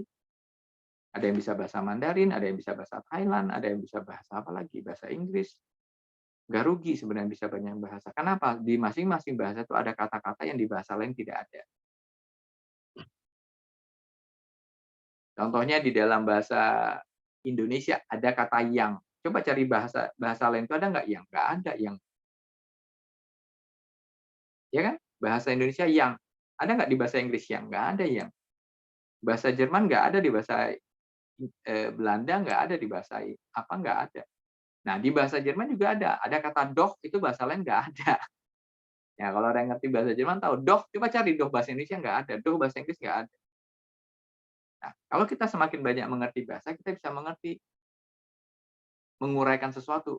Ya, nggak harus mengajarkan, tapi dalam pikiran kita, oh kita bisa, oh ini maksudnya begini ya. Nah, oh-nya itu kayak kita bahasa Indonesia, oh itu bahasa Jermannya apa? Ah, so. Ya kan, kalau orang ngerti bahasa Jerman tahu, oh, ah, so, kalau bahasa oh gitu. Kalau bahasa Oh Indonesia iya. kan oh iya, panjang jadinya oh-nya. Itu bahasa Jerman yang di bahasa Indonesia nggak ada, tapi mempunyai pengertian yang konotasi atau pengertian yang identis gitu. Makanya mempelajari makin banyak bahasa makin bagus. Kayak contohnya bahasa Thailand. Mereka bilang apa ya? Samadhi itu bahasa Thailand ada 2 artinya. Samadhi untuk kehidupan sehari-hari itu berarti mengkonsentrasikan pikiran akan apa yang kita lakukan, kayak bekerja. Tapi samadhi di dalam Buddhisme yaitu meditasi. Tapi sebenarnya artinya sama. Kan samadhi itu apa? Konsentrasi kan. Konsentrasi berarti kan kita mempunyai kesadaran dalam konsentrasi. Jadi makanya sebenarnya ada untungnya kita makin mengerti banyak bahasa. Kenapa? Ada istilah dalam bahasa Indonesia yang kita jangan pernah lupa. Bahasa menunjukkan bangsa. Nah, itu pepatah kan? Tapi itu kan benar. Kita dengan mengerti bahasa orang itu, kita mengerti karakter orang itu. Anda yang mengerti bahasa Belanda tahu bagaimana cara berpikirnya orang Belanda. Anda mengertinya bahasa Jerman tahu bagaimana cara berpikirnya orang Jerman. Ketika kita mengerti bahasa Indonesia, oh orang Indonesia itu begini. Gitu. Oh orang Jerman itu begini melalui bahasanya. Maka itu sebenarnya istilah dalam. Maka peribahasa Indonesia itu juga bagusnya di situ. Bahasa menunjukkan bangsa, katanya. Benar. Kenapa? Bahasa itu, kita pakai secara itu membentuk karakter kita. Contoh yang gampang nih. Orang yang tinggal di Jerman akan tahu. Orang Jerman itu selalu hidupnya itu merasa terpaksa. Benar nggak? Apa-apa bilang ich muss. Saya harus. Orang Jerman selalu begitu. Ich muss essen, ich muss gehen, ich muss arbeiten, ich muss Geld verdienen, ich muss nach Hause gehen. Jadi saya harus ini, harus itu, harus ini, harus itu. Jadinya jadi stres sayanya. Karena ini harus. Ich muss schlafen katanya. Saya harus tidur. Coba orang Indonesia itu lebih fleksibel nggak? Orang Indonesia itu lebih happy. Kenapa? Saya mau, bukan saya harus. Saya mau kerja, saya mau makan, saya mau tidur, saya mau pulang katanya. Mau saya bukan disuruh. Saya mau, I want to. Kalau bahasa Inggrisnya I want to. Saya mau. Tapi orang Jerman, saya harus pulang. Ich muss nach Hause gehen katanya. Nah, itu bahasa Jerman. Gitu aja dari situ kita mengerti karakter orang. Kenapa orang Jerman banyak stres kan mukanya, lihat. Nah, karena itu.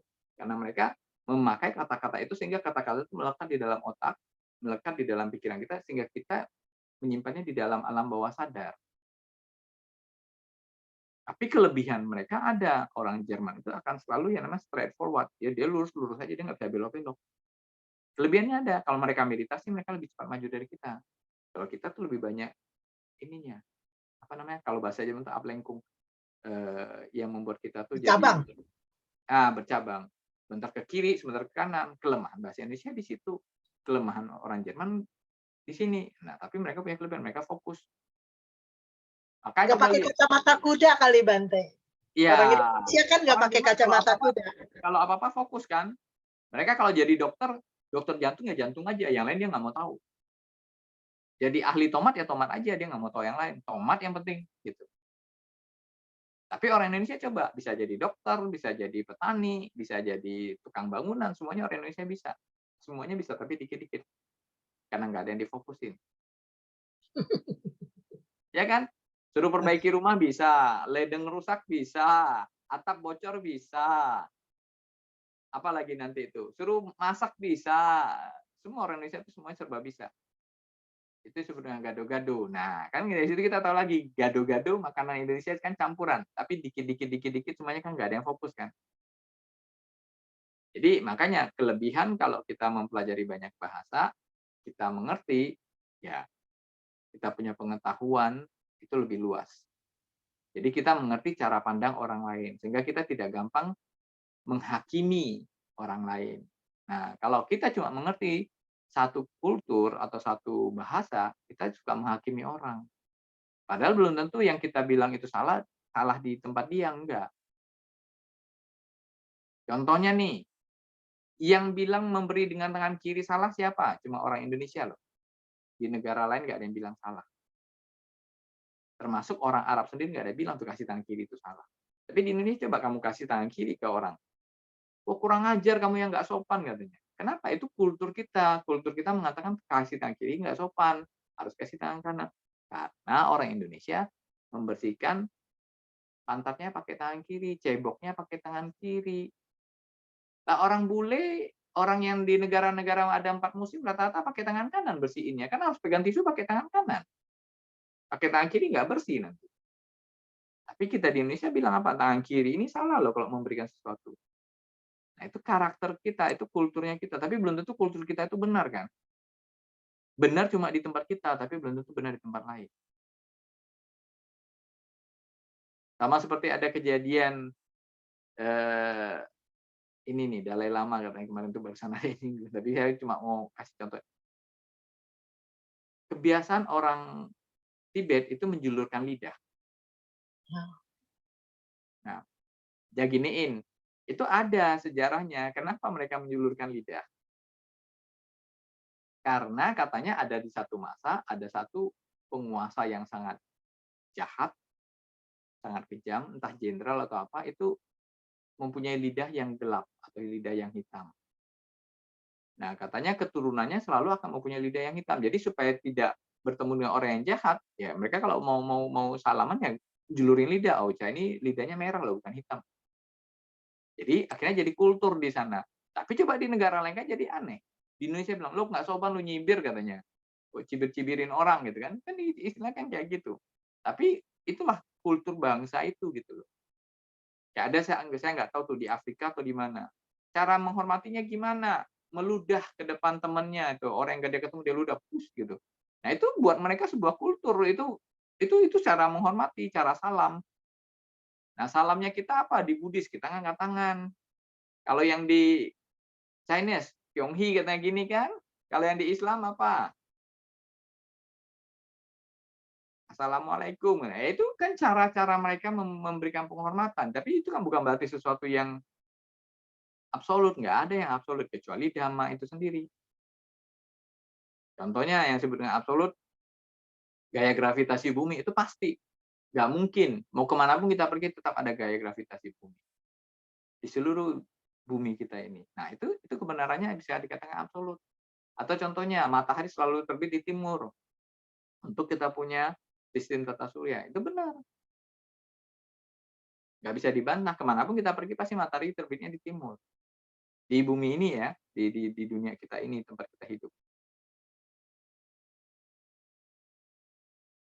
Tapi yang kultur-kultur itu kan tergantung dengan kondisi setempat. Contohnya kalau kita yang sekarang hidup di tempat yang modern, kita pakai baju, tandanya sopan. Tapi coba tinggalnya di Afrika yang masih kampung-kampung, pakai baju malah mereka yang bingung lihat kita pakai baju.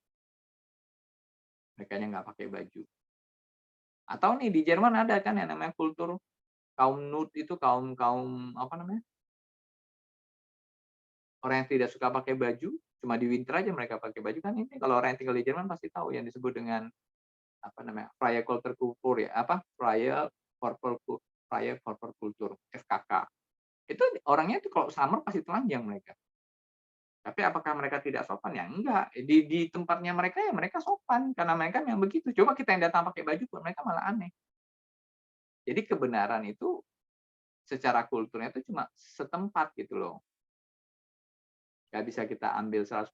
Nah bahasa juga gitu. Jadi pelajarilah bahasa sebanyak-banyaknya.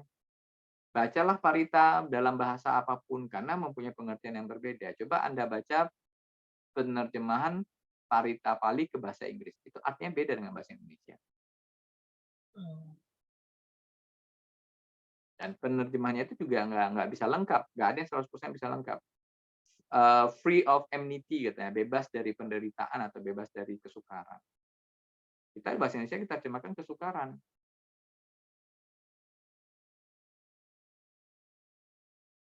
Tapi yang paling penting kita ambil apa? Intinya maksudnya kemana gitu. Nah, kalau nanti kita sudah melatih meditasi, menembus kebenaran, oh yang dimaksudnya itu. Nah, kalau udah kata oh muncul, berarti disitulah adanya yang disebut dengan pencerahan. Pencerahan ada besar, ada kecil. Oh, nah kalau kita udah meditasi, oh ini, oh itu. Nah, di situ itu baru hakiki. Oh, ternyata dunia itu begini ya. Oh, ternyata penderitaan ya. Nah, itu penderitaan pasti. Itu hukum alam, nggak bisa. Di semua tempat, Anda pergilah, manusia tidak ada yang tidak menderita. Tidak ada satupun manusia yang tidak menderita di dunia ini. Pasti ada penderitaan. Sang Buddha aja ngalamin. Beliau belum menjadi Buddha ada penderitaan nggak? Ada. Setelah jadi Buddha ada penderitaan? Ada. Hanya pada saat setelah mencapai parinibbana baru tidak ada penderitaan. Selagi kita masih melekat pada yang namanya rupa dan nama kanda atau disebut dengan pancakanda, kita masih akan ada penderitaan. Sebelum meninggal, Sang Buddha kena sakit apa? sakit perut yang sangat parah tuh hampir 1 bulan. Gara-gara makan jamur beracun. Itu berdasarkan versi ya, ada 2 versi, ada yang mengatakan begitu, ada yang mengatakan begini. Nah, yang saya ngambilnya yang saya pernah baca aja, bahwa Sang Buddha meninggal karena jamur beracun. 1 bulan namanya. Tetapi apakah yang berdana jamur beracun ini dapat karma jelek? Enggak loh. Karmanya paling tinggi loh itu. Berdana kepada seorang sama Sang Buddha sebelum meninggal. Orang terakhir yang berdana. Itu pengasahan namanya Sisu, siapa namanya? Suba. Lupa saya namanya. Nah, yang satu lagi, seorang wanita yang berdana sebelum sang bodhisattva mencapai pencerahan. Itu juga karma baiknya paling tinggi. Berdana makanan terakhir sebelum menjadi Buddha, terakhir sebelum mencapai parinibbana. Padahal ini dana itu jamur beracun loh. Sang Buddha sendiri tahu itu jamur itu beracun. Tapi Sang Buddha mengatakan, kenapa saya makan? Karena memang saya harus mati dengan cara ini. Ini karma jelek yang harus saya terima. Beliau aja menerima karma. Jadi hidup itu adalah penderitaan. Benar yang Sang Buddha katakan, nggak salah. Benar kan? Hidup adalah penderitaan.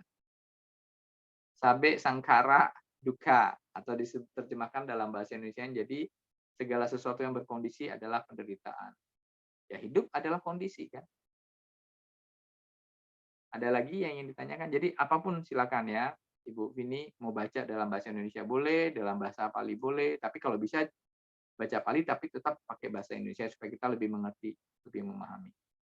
Ada yang Iya, ya Bante, terima kasih. Karena saya juga mengalami kesulitan waktu membaca paritanya dalam bahasa Pali.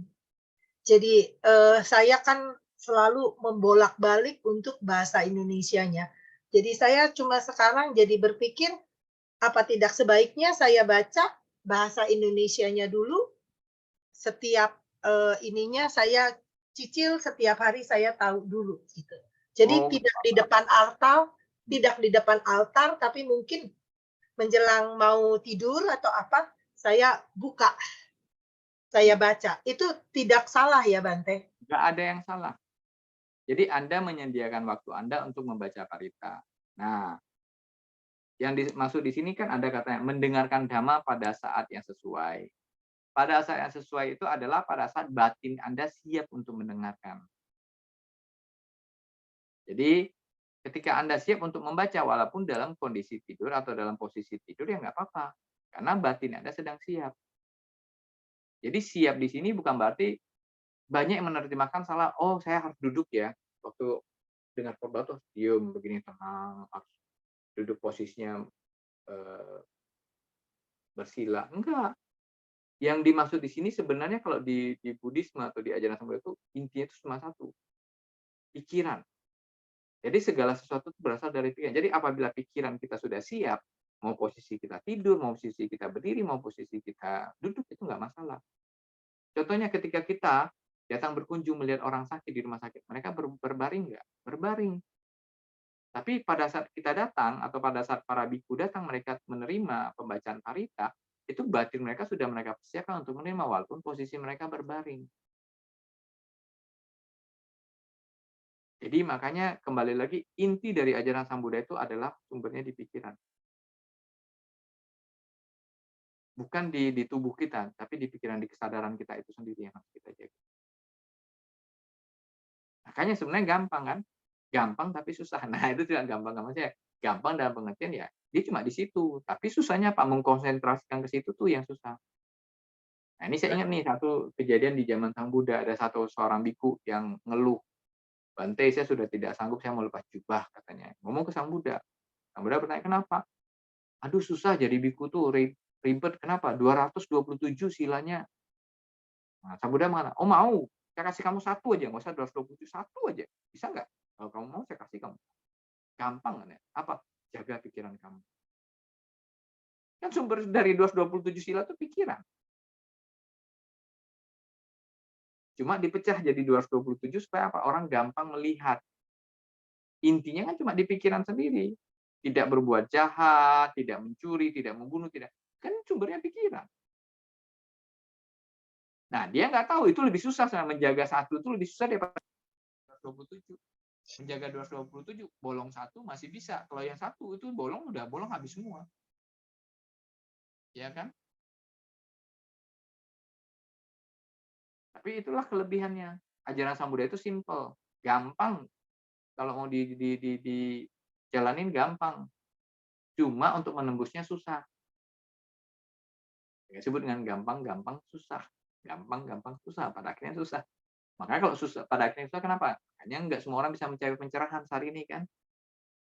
Tapi kita punya kesempatan untuk melatih, untuk memupuk karma baik kita, membangun fondasi meditasi kita, membangun fondasi parami kita supaya satu. Apakah dia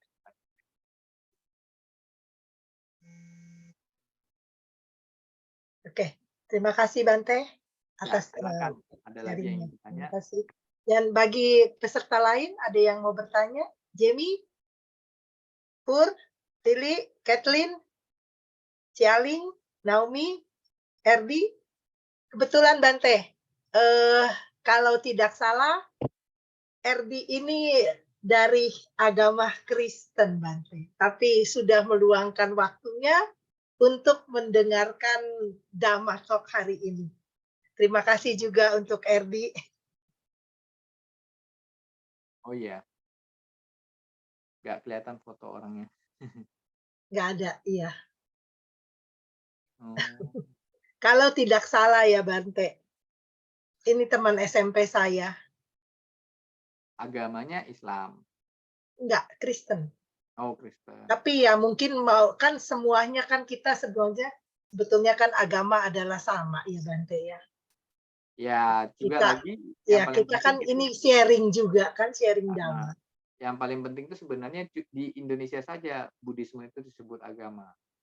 Karena di negara lain nggak disebut agama, di Ya. Thailand sendiri bukan agama. Karena di Indonesia disebut agama atau karena apa namanya ya? Undang-undangnya menyatakan begitu gitu loh. Jadi kalau di Thailand sendiri nggak ada agama. Agama itu ya kepercayaan masing-masing dan tidak ada di KTP. Cuma di Indonesia aja yang ada KTP-nya ada agamanya. Di Iya. Jerman ada KTP nggak yang pakai agama? Nggak ada kan? Nggak ada. Nah, Ini di sana kebetulan Bante, ini kami persilakan Jamie sudah resen. Silakan Jamie. Oh, terima kasih. Ini selamat malam, Bante. selamat malam. Bante yang tinggal di Berlin ya.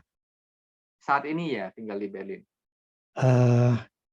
Tadi bilang Bante ada sampai saat ini sudah 4 Buddha. Boleh saya Ya. tahu siapa saja? Terus, Nah, itu yang jadi masalah. Saya lupa namanya. Oke. Tapi salah satunya kalau nggak salah saya itu Buddha Kasapa ya, kalau saya nggak salah ingat. Ada 4 Buddha, jadi Buddha yang keempat itu adalah Buddha Gotama. Nah, Buddha yang kelima itu Maitreya atau Meteya. Yang 1, 2, 3-nya lupa saya. Nanti saya cari deh. Saya kemarin sudah sempat dapat. Berarti 5 dong. Berikut. Berarti 5 dengan kalau Sang Buddha Iya. Siddhartha Gautama kelima. Iya. Buddha Gautama itu yang keempat, nanti Buddha Meteya yang kelima. Itu belum datang. Bakal jadi Buddha. Saat ini masih Bodhisattva. Dan itulah kelebihan kita punya kalpa. Jadi kalpa kita ini ada 5 Buddha. 1 kalpa. 1 proses bumi kita ini itu ada 5 Buddha. Jadi sudah 4 Buddha, nanti datang Buddha yang terakhir. Setelah itu baru terjadi istilahnya kiamat dalam agama lain. Tapi dalam Buddhisme bukan kiamat. Buddhisme menyatakan itu hancurnya kita punya sistem tata surya, akan terbentuk lagi sistem tata surya yang baru. Dan kalau misalnya yang disebut Dalai Lama itu apakah juga calon Buddha? Bukan. Kalau disebut calon Buddha bisa. Jadi makanya Buddhisme itu kan membedakan Buddha dengan 3 kategori. Disebut dengan Sama Sambuddha, Paceka Buddha, dan Sawaka Buddha. Sama Sambuddha adalah Buddha yang terserahkan dengan usaha sendiri dan mampu mengajarkan orang lain untuk juga ikut terserahkan seperti beliau. Paceka Buddha adalah seorang Buddha yang mencapai pencerahan dengan usaha sendiri tapi tidak mampu mengajarkan orang lain untuk mencapai pencerahan seperti beliau.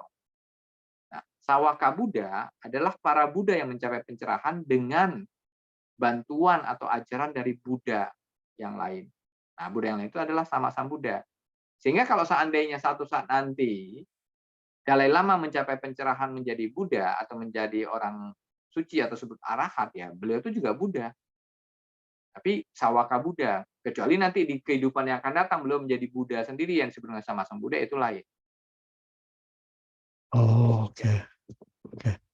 Tapi nggak tahu, karena kita juga belum tahu kan, karena bagaimana nanti Dalai Lamanya mencapai kebuddhaannya sendiri, ya saya nggak tahu apakah melalui ajaran Sang Buddha saat ini, ataukah menjadi Buddha sendiri, saya nggak tahu.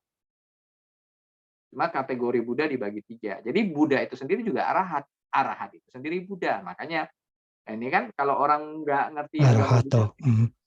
arahat itu sebenarnya Buddha. Buddha itu sebenarnya arahat. Kenapa? Buddha sendiri adalah apa? Orang yang terserahkan. Arahat, orang yang terserahkan. Jadi sama aja. Kalau arahat itu sudah orang suci, ya Buddha juga orang suci. Bolak-balik kata-katanya di situ dimain-mainin. Nah, kenapa Buddha itu disebut arahat? Buddha adalah arahat istimewa. Nah, kalau ada pakai kata-kata istimewa, kenapa? Karena beliau mencapai pencerahan dengan usaha sendiri. Para arahat kebanyakan mencapai pencerahan melalui ajaran seorang Buddha. Ya, jadi dua-duanya sama. Ya Buddha itu arahat, arahat itu Buddha. Oke. Terima kasih, Bante. Ya, terima kasih Namo Buddhaya. Ada lagi yang ingin bertanya?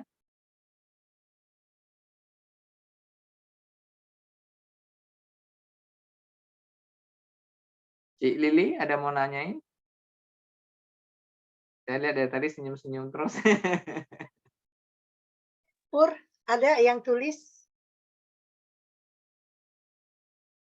Kalau yang di Iya, Bante, saya ingin menanyakan kalau mengenai berdana ya Bante. Bila seseorang menerima pemberian dari orang lain, Iya. terus itu contohnya kita dapat makanan dari orang lain, Iya. terus kemudian kita berikan, kita danakan kepada orang lain lagi, itu nilainya itu bagaimana Bante?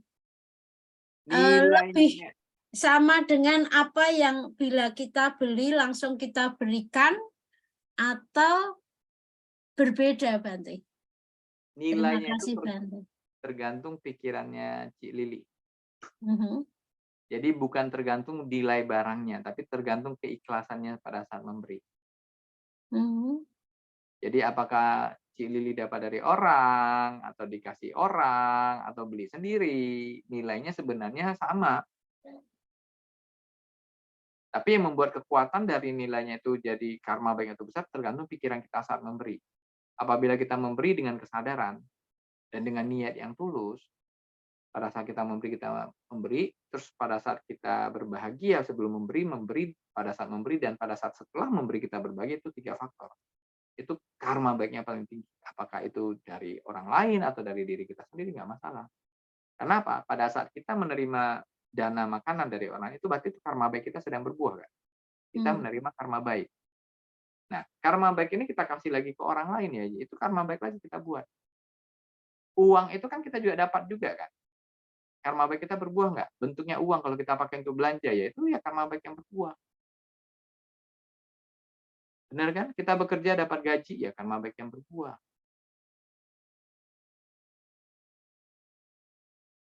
Jadi apa bedanya uang yang dikasih sama orang dengan makanan yang dikasih sama orang? Ya sama aja kan, sama-sama barang. Yang penting niatnya. Nah, jadi kekuatan pikiran kita yang paling penting tadi. Makanya kembali lagi, kalau ajaran Sang Buddha itu paling gampang, enaknya gitu. Balik-balik ya pikiran. Kemana-mana ya larinya pikiran. Nggak usah macem-macem mikirnya, enak. Pikiran dan keikhlasannya sih ikhlas sekali begitu Bante. Ya pasti karma baiknya tinggi. Oke. Terima kasih Bante. Terima kasih sama-sama. Tadi saya lihat Lucy kayaknya udah muncul-muncul tapi hilang lagi. Karena Lucy sendiri saya belum pernah ngomong langsung ini. Lucy adiknya sih itu kan.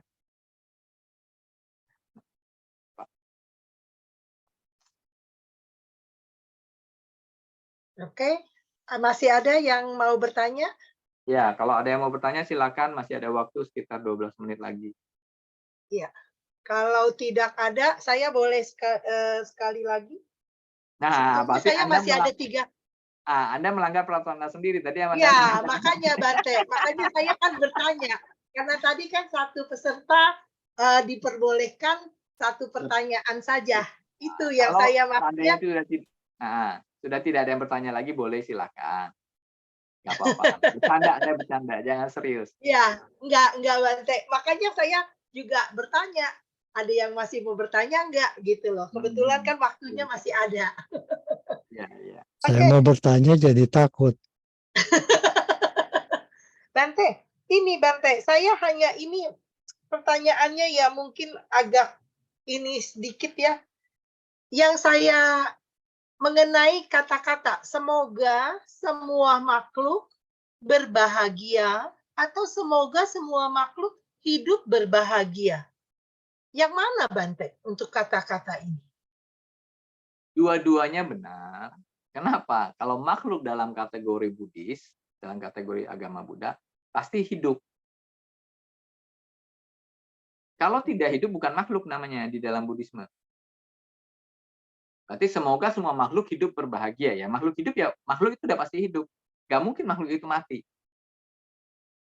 Orang mati itu bukan orangnya yang mati loh. Itu tubuh jasmaninya yang mati, tapi kesadarannya tidak mati. Kan kesadarannya udah menyambung. Begitu ini mati, si A itu mati, yang disebut dengan kata mati, gitu ya. Kesadarannya sudah nyambung, yang disebut dengan pati sandiwinya, itu sudah lahir lagi. Apakah lahirnya dari embrio, di tubuh seorang perempuan, di janin, ataukah jadi dewa langsung jadi gede, ataukah jadi makhluk asura langsung besar, ataukah lahir di alam neraka langsung besar, ataukah lahir di kelembaban jadi telur, itu sudah lahir. Jadi nggak mungkin nggak lahir. Jadi apakah semoga semua makhluk berbahagia atau semua makhluk hidup berbahagia, terserah. Kalau semua makhluk berbahagia, otomatis kan yang didoakan hidupnya yang berbahagia kan. Jadi itu cuma permainan kata-kata. Oke. Ya. Ya. Terima kasih, Bante. Ada lagi yang mau bertanya? Jamie kali, Bante. Tadi Oke. dimatiin. Oke, saya mau tanya tentang kesadaran tadi. Ya. Dulu-dulu tuh saya kalau marah itu langsung bisa meledak gitu ya. Sampai bos saya juga pernah saya marahin juga. Malah dia yang minta maaf sama saya. Tapi sekarang kalau saya mau marah, langsung saya sadar. Oh, saya mau marah. Jadi tidak meledak gitu. Langsung diam. Malah langsung diam, tidak meledak. Apakah itu termasuk seperti yang Bante tadi cerahkan itu, kesadaran? Iya, itu dia. Jadi Itulah termasuk kesadaran. dhamma kesadaran gitu ya. Nah, makanya pentingnya kesadaran di dalam agama Buddha untuk itu, supaya kita tidak melakukan perbuatan jelek. Dan apabila kita melakukan perbuatan baik, kesadaran kita kuat, karma baiknya jadi tinggi. Yang tadi barusan saya ngomong ke Cik Lili kan, ketika berdana dengan kesadaran yang satya, yang bagus, itu berarti karma baiknya sangat tinggi. Makanya kan tadi dikatakan, kita berdana itu tidak harus orang itu baik atau jelek. Orang mabuk aja bisa berdana. Pernah nggak lihat orang mabuk berdana? Nah, kalau di Jerman tuh sering tuh, lagi mabuk nanti dia nyapa tuh, apa kabar katanya, lagi happy kan dia lagi gini-gini jalan, oh gini-gini. Itu berdana loh, berdana kata-kata loh, menyapa dengan niat baik. Tapi dia sadar penuh nggak? Nggak sadar penuh. Berbuat baik nggak? Berbuat baik. Kan berdana tidak harus dalam bentuk uang, tidak harus dalam bentuk materi. Kata-kata yang baik kan juga berdana. Senyum pun berdana. Gimana? Senyum. Iya, senyum pun berdana. Oke. Kan banyak nih. Nah, ini kalau cewek-cewek tuh yang pengen tahu, bagaimana Bante sebagai akan datang saya lahir jadi wanita yang wajahnya cantik, wajahnya rupawan, gampang, murah senyum, gampang tersenyum. Ketemu orang senyum. Nanti kehidupan datang lahir jadi wajahnya itu enak dilihat. Nah, kalau orang Hokkien yang tahu kata Hokkien, si Pur yang tahu. Songkwa katanya, enak dilihat. Dia nggak cantik tapi wajahnya enak dilihat. Itu caranya apa? Gampang, senyum. Dana paling murah itu yang nggak perlu keluar duit itu senyum. Nanti sampai orang lain bisa bingung untuk bisa lihat, wah gila ya nih orang yang senyum-senyum sendiri. Nah itu bahaya kalau sudah gila-gila senyum sendiri ya itu lain. Tapi kalau kita senyum ke orang itu lain, itu karma baik. Ketika kita misalnya pergi berbelanja di kasir, baru bayar, bilang, oh ini uang Anda, oh ya terima kasih, senyum. Kan kasirnya mendapatkan dana kan, dapat dana senyum kita loh. Kita tersenyum. Puas nggak dia? Dia puas. Mau marah nggak? Jadi marah pasti. Jarang orang betul. yang kalau disenyumin jadi marah. Kecuali dia lagi berantem sama pasangannya. Itu disenyumin marah dia biasanya. Saya belanja kasih senyum dapat korting. Ah, ini lebih hebat lagi. Kasih senyum dapat korting ini. Ya, ini ilmunya lebih baru lagi. Saya belum pernah dapat itu. Ya, di Jerman belum bisa Lebih belanja tinggi. kasih senyum dapat korting. Lucy mau nanya, apa kabar? Kita baru bisa ketemu sekarang. Itu tolong Masih dihidupin mic-nya Lucy.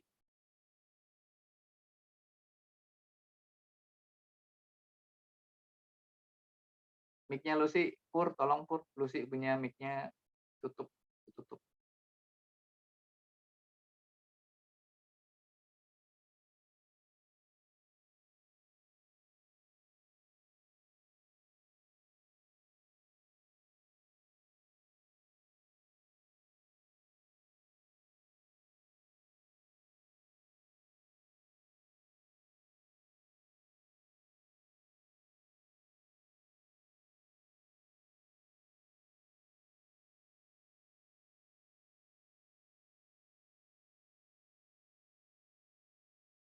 Oh, Lucy-nya hilang ya.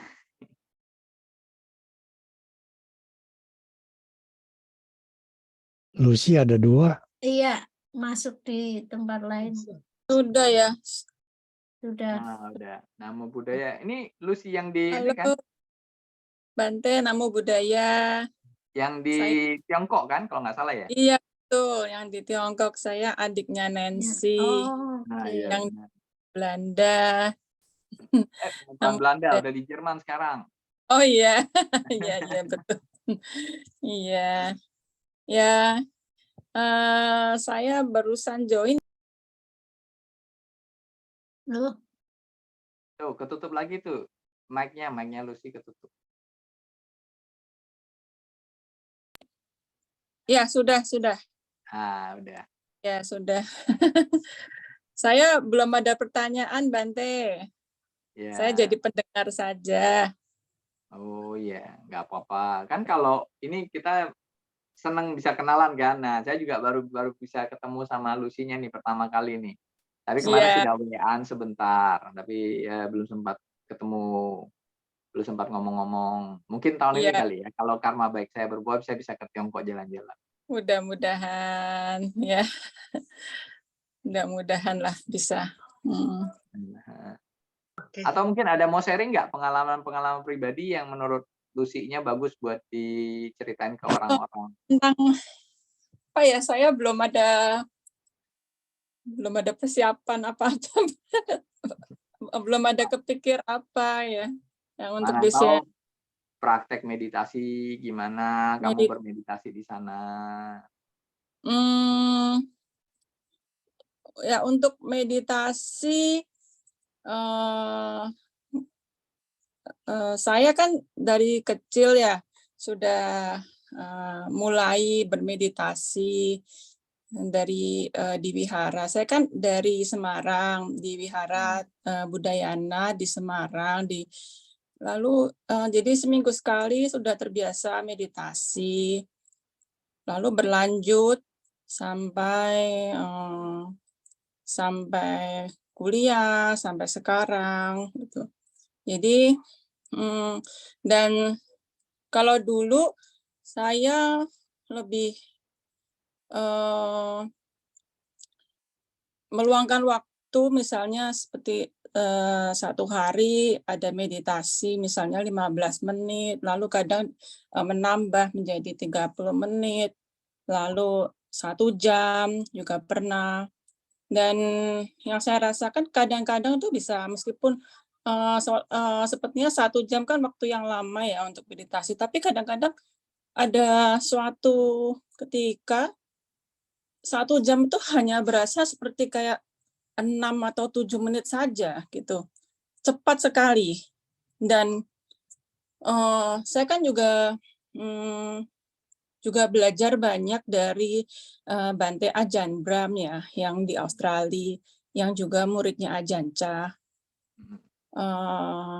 Lalu beliau juga mengatakan tentang ini, kadang-kadang bisa seperti apakah ada fenomena-fenomena, tapi jangan terlalu dianggap sebagai hal yang apa ya, hal yang betul lah, hal yang jangan terlalu dipegang lah. Anggap saja itu hanya fenomena datang lalu lewat, ya sudah, biarkan saja gitu. Paling ya begitu ya. Lalu saya sekarang lebih ke apa ya namanya, chanting, niancing ya, niancing. Karena saya merasa ternyata dengan saya niancing itu kok ternyata sebenarnya saya sedang bersamadi juga, sedang bermeditasi juga dengan nafas waktu niancing itu juga semestinya seperti orang sedang bermeditasi. Jadi kadang-kadang saya kalau tidak ada waktu untuk meluangkan waktu 1 jam betul-betul full meditasi, ya saya dengan kalau sedang berjalan kaki, saya betul-betul konsentrasi di situ. Misalnya saya sedang mau kemana, saya jalan kaki, ya saya ini kan bisa dibilang seperti apa ya namanya mindfulness. Cuma zaman dulu belum ada yang namanya mindfulness dan saya nggak tahu apa itu mindfulness dulu. Ternyata itu yang dibilang adalah meditasi berjalan. Nah, jadi ternyata kok sudah dipraktekkan gitu.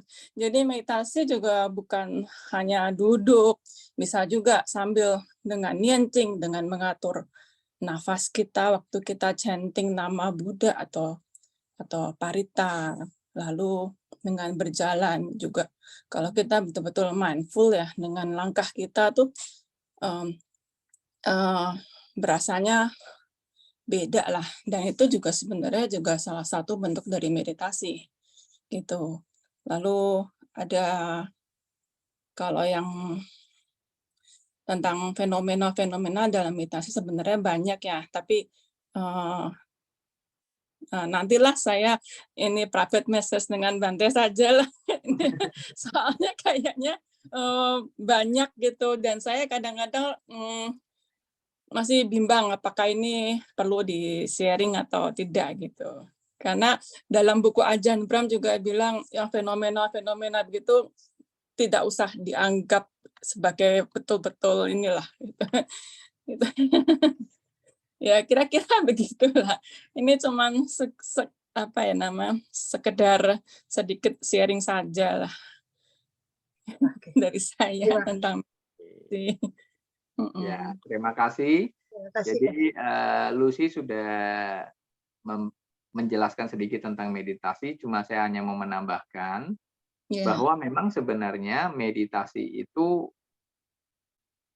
bukan membaca parita, tapi ketika konsentrasi pikiran kita membaca parita, itulah yang disebut dengan meditasi. Yang tadi sudah dia pakai dengan kata-kata mindfulness. Jadi mindfulness itu apa? Kalau diterjemahkan dalam bahasa Indonesia itu kesadaran pikiran. Nah, mindfulness itu bahasa Palinya aslinya pasati. Nah, ketika pikiran kita yang terpusat dengan sangat kuat itu cuma sati sampajana. Pikiran yang terpusat dengan sangat kuat kepada objeknya. Nah, objeknya apa? Objek yang dipakai oleh Lucy itu adalah membaca parita atau liam keng. Jadi ketika kita konsentrasi membaca parita, pikiran kita mendengarkan membaca, kuping kita mendengar, itu sudah konsentrasi. Itu yang disebut dengan sati. Jadi orang lupa, makanya sebenarnya mari saya sudah sempat nyinggung, nah di sini saya mau nyinggung ulang lagi, di Mahayana itu banyak meditasi, tapi orang tidak tahu kalau itu meditasi.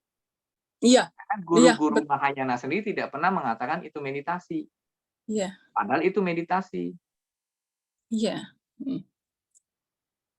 Jadi kayak di Mahayana dulu waktu saya masih di Indonesia sering ikut mereka baca sambil jalan itu kan muter mengelilingi Bhakti Sala itu. Amitofo, Amitofo, Amitofo, Amitofo, Amitofo, Amitofo. Itu meditasi sebenarnya. Cuma guru-gurunya sendiri nggak ngerti kalau itu meditasi. Kenapa? Meditasi itu kan ada di pikiran. Meditasi itu bukan di jalannya, bukan dibaca paritanya. Meditasi apa? Memusatkan pikiran kan kepada satu objek. Iya. Nah, objeknya apa? Objeknya kata-kata, objeknya langkah kaki, objeknya apa lagi? Pernafasan. Itulah objek kita. Iya. Jadi meditasi yang kembali lagi saya katakan itu kembali ke pikiran kita. Bukan duduknya, bukan berdirinya, bukan berjalannya, bukan suaranya. Suara, duduk apa itu semua itu objek loh. Itu objek untuk kita konsentrasi. Tapi meditasi itu sendiri ada di dalam kesadaran itu sendiri. Di dalam pikiran. Jadi seperti yang Lucy katakan ya, meditasi ya itu meditasi semuanya. Cuma orang nggak ngerti kalau itu meditasi. Makanya kalau kita yang saya juga baru mengerti itu pun setelah saya tua sekarang ini setelah saya belajar di Thailand. Kenapa di Thailand para biku itu memakai kata-kata Buddho. Jadi ketika mereka berjalan satu langkah Buddho, Buddho, Buddho. Nah kalau yang di Mahayana kan bilang Amitofo, Amitofo sama aja cuma beda satu Buddha Amitabha, satunya Buddha. Ya Buddha Amitabha dan Buddha ya sama-sama Buddha, sama-sama tercerahkan, udah intinya sama. Jadi kalau di Islam mereka memakai kata-kata kan itu kalau orang Islam saya pakai la ilaha illallah itu yang namanya tahlilan atau apa saya nggak tahu. Itu meditasi, tapi objek mereka tuh la ilaha illallah. Jadi kata ilahinya itu yang dipakai. Iya. Cuma itu kan meditasi bukan menuju pencerahan, meditasi itu menuju ke ketenangan. Nah, setelah kita punya kekuatan meditasi yang tadi saya katakan sati kita sudah kuat, disebutnya sati sampai kita alihkan ke vipassana. Meditasi tentang perenungan tubuh jasmani untuk mencapai pencerahan. Oh, tubuh ini tidak kekal. Nanti saya bayangkan tubuh saya. Itu namanya kontemplasi. Membayangkan tuh kontemplasi. Saya membayangkan tubuh saya ini rusak. Tadi kan saya ada katakan 40 objek ya. Tubuh yang membiru, yang membengkak, yang bernanah, yang memecah apa segala macam, yang tersobek-sobek. Itu bayangkan tubuh kita ini rusak. Sampai nanti tubuh itu rusak dan habis dengan sendirinya. Itu adalah proses dari sebuah kelahiran dan kematian dari tubuh jasmani kan. Nanti apa dengan perenungan itu kita akan menembus. Oh ini yang disebut oleh Sang Buddha anicang. Nah, oh ini yang disebut dengan ketidakkekalan itu loh. Jadi tubuh itu berubah habis dia. Dari ada jadi tidak ada. Gak ada inti kan? Nah, anatta udah. Oh berarti kalau tubuh itu berubah begini dia menimbulkan penderitaan ya. Kalau ini luka, ini sakit, ini kepotong, ini berdarah kan saya menderita kan. Tapi tubuh itu sendiri tidak bisa merasakan penderitaan loh. Yang bisa merasakan penderitaan itu kesadaran, bukan tubuh. Maaf Bante, Iya. Bante perlu istirahat untuk makan siang, sudah jam 11.52. Nggak apa-apa. Jadi ini saya mau tutup, terima kasih. Iya. Jadi kembali lagi saya cuma menutup sekali lagi, meditasi itu ada di pikiran kita. Meditasi itu ada di kesadaran kita, bukan di tubuh kita. Jadi ketika Anda membaca parita, Anda membaca buku, Anda menulis, Anda memasak, menyapu, itu cuma objek dari meditasi itu. Tapi meditasi itu sendiri ada di kesadaran Anda. Apapun objeknya silakan, itu nggak harus ditentukan apapun. Jadi tergantung. Ada orang senang, misalnya banyak nih kalau orang yang berlatih yoga senang pakai musik kan. Aliran musik, misalnya musik air terjun gitu, terjunnya jus, itu objeknya tuh suara. Kan suara salah satu objek meditasi dari 40 pokok. Tapi itu meditasi menuju ke ketenangan, bukan ke kesadaran. Itu belum meditasi Buddhis, tapi landasan untuk menuju ke meditasi Buddhis. Tetap harus dilatih. Jadi konsentrasi yang disebut dengan samadhi dan sati, maka sati samadhi itu dua-dua dibutuhkan untuk ke vipassana. Vipassana meditasi perenungan itu membutuhkan kesadaran yang kuat dan konsentrasi yang kuat. Makanya ini harus dilatih berbarengan. Setelah latih sati, latih samadhi. Setelah samadhi, latih vipassana. Nanti kalau vipassana capek, balik lagi ke sati. Sati, samadhi, vipassana. Sati, samadhi, vipassana. Kenapa? Sati dan samadhi bila terkonsentrasi dengan kuat, itu bisa menghasilkan energi positif. Terutama samadhi. Ketika kita masuk dalam konsentrasi penuh, ketenangan nggak yang kita dapatkan? Iya. Ketika Anda duduk tutup mata gini, mendapatkan ketenangan yang sangat mendalam, itu tubuh kita memproduksi energi loh. Kalau bahasa Mandarinnya qi, kalau bahasa Indonesia itu tenaga dalam atau energi. Energi itu yang energi yang murni yang tidak bisa dilihat. Itu dibutuhkan untuk konsentrasi ke vipassana. Jadi sati samadhi vipassana itu harus satu garis. Itu dipraktekinnya tuh berkesinambungan. Kenapa? Tanpa tubuh yang kuat, tanpa tubuh yang sehat, tanpa pikiran yang sehat, vipassana nggak bakal bisa dijalani. Pasti, percayalah. Makanya kenapa Sang Buddha mengatakan jagalah tubuh ini agar jangan cepat rusak, agar jangan cepat sakit. Bukan kita tidak menerima ya, tapi jangan, kenapa? Karena kita belum mencapai kesucian, kita butuh tubuh jasmani yang sehat. Kaki Anda sakit, tangan Anda sakit, kalau meditasi cobalah mau konsentrasi nggak bisa kan, larinya sakit terus kan. Nah, tubuh ini juga harus dijaga dengan baik. Tanggung jawab kita sebagai manusia itu ada menjaga tubuh dengan baik. Jangan tubuh itu disia-siakan. Seorang umat Buddha juga harus mengerti itu. Kita membutuhkan dua-duanya. Rupa kanda dan nama kanda ini harus, ini dua-duanya kita pakai loh. Rupa kanda yang kelihatan, nama kanda yang ada di dalam situ. Itu perasaan, pencerapan, bentuk-bentuk pikiran dan kesadaran. Itu dibutuhkan dua-duanya untuk meditasi. Kenapa Sang Buddha mengatakan tidak gampang mencapai atau menembus kesucian di alam dewa? Kenapa? Alam dewa nggak ada tubuh jasmani. Mereka nggak capek, nggak sakit kayak kita. Nah, kalau tidak sakit, susah melihat yang namanya dukkha, yang namanya penderitaan. Nah, beruntungnya kita jadi manusia itu, kita bisa melihat penderitaan langsung nih. Oh, kaki saya sakit ya, kesemutan ya. Itu penderitaan nggak? Itu penderitaan. Kita langsung melihat ke inti penderitaan. Ini kaki saya. Lebih gampang. Jadi, kenapa itulah kelebihan manusia. Tapi itulah penderitaan. Dia gampang, tapi juga menderita. Plus minus kan? Kalau mau yang gampang lah di alam dewa, nanti di alam dewanya meditasi. Bisa, bukan nggak bisa. Tapi lebih susah. Karena apa? Melihat penderitaan itu agak susah di sana. Oke, ya. Terima kasih. Namo Buddhaya. Sampai ketemu lagi. Semoga kita semuanya berbahagia. Dan kita semua bisa maju dalam Dharma ya. Terima kasih banyak Bante. Mohon waktunya sebentar saja untuk kita foto bersama Bante. Oke, silakan. Dan untuk rekan-rekan yang belum menyalakan ininya, kameranya, mohon dinyalakan kameranya. Terima kasih. Pur, silakan. Ya, oke sih. Mungkin untuk Naomi, kalau bisa menyalakan kameranya, bisa menyalakan kameranya. Naomi. Oh, ini Naomi. Yang Ya, Huawei Mate ini siapa sih ya? ya. Ya, 1, 2, 3. Ya, sudah. Oke. Yang Huawei Mate, kalau saya boleh tanya siapa ya nama enciknya ini? Oh, nama saya Aling Bante. Oh, Cik Aling ya. Di mana? Hah? Tinggalnya di mana? Ini ada di Taiwan. Oh, di Taiwan. Berarti Ya. udah malam juga ya di sana ya. Kita di sini masih pagi, siang.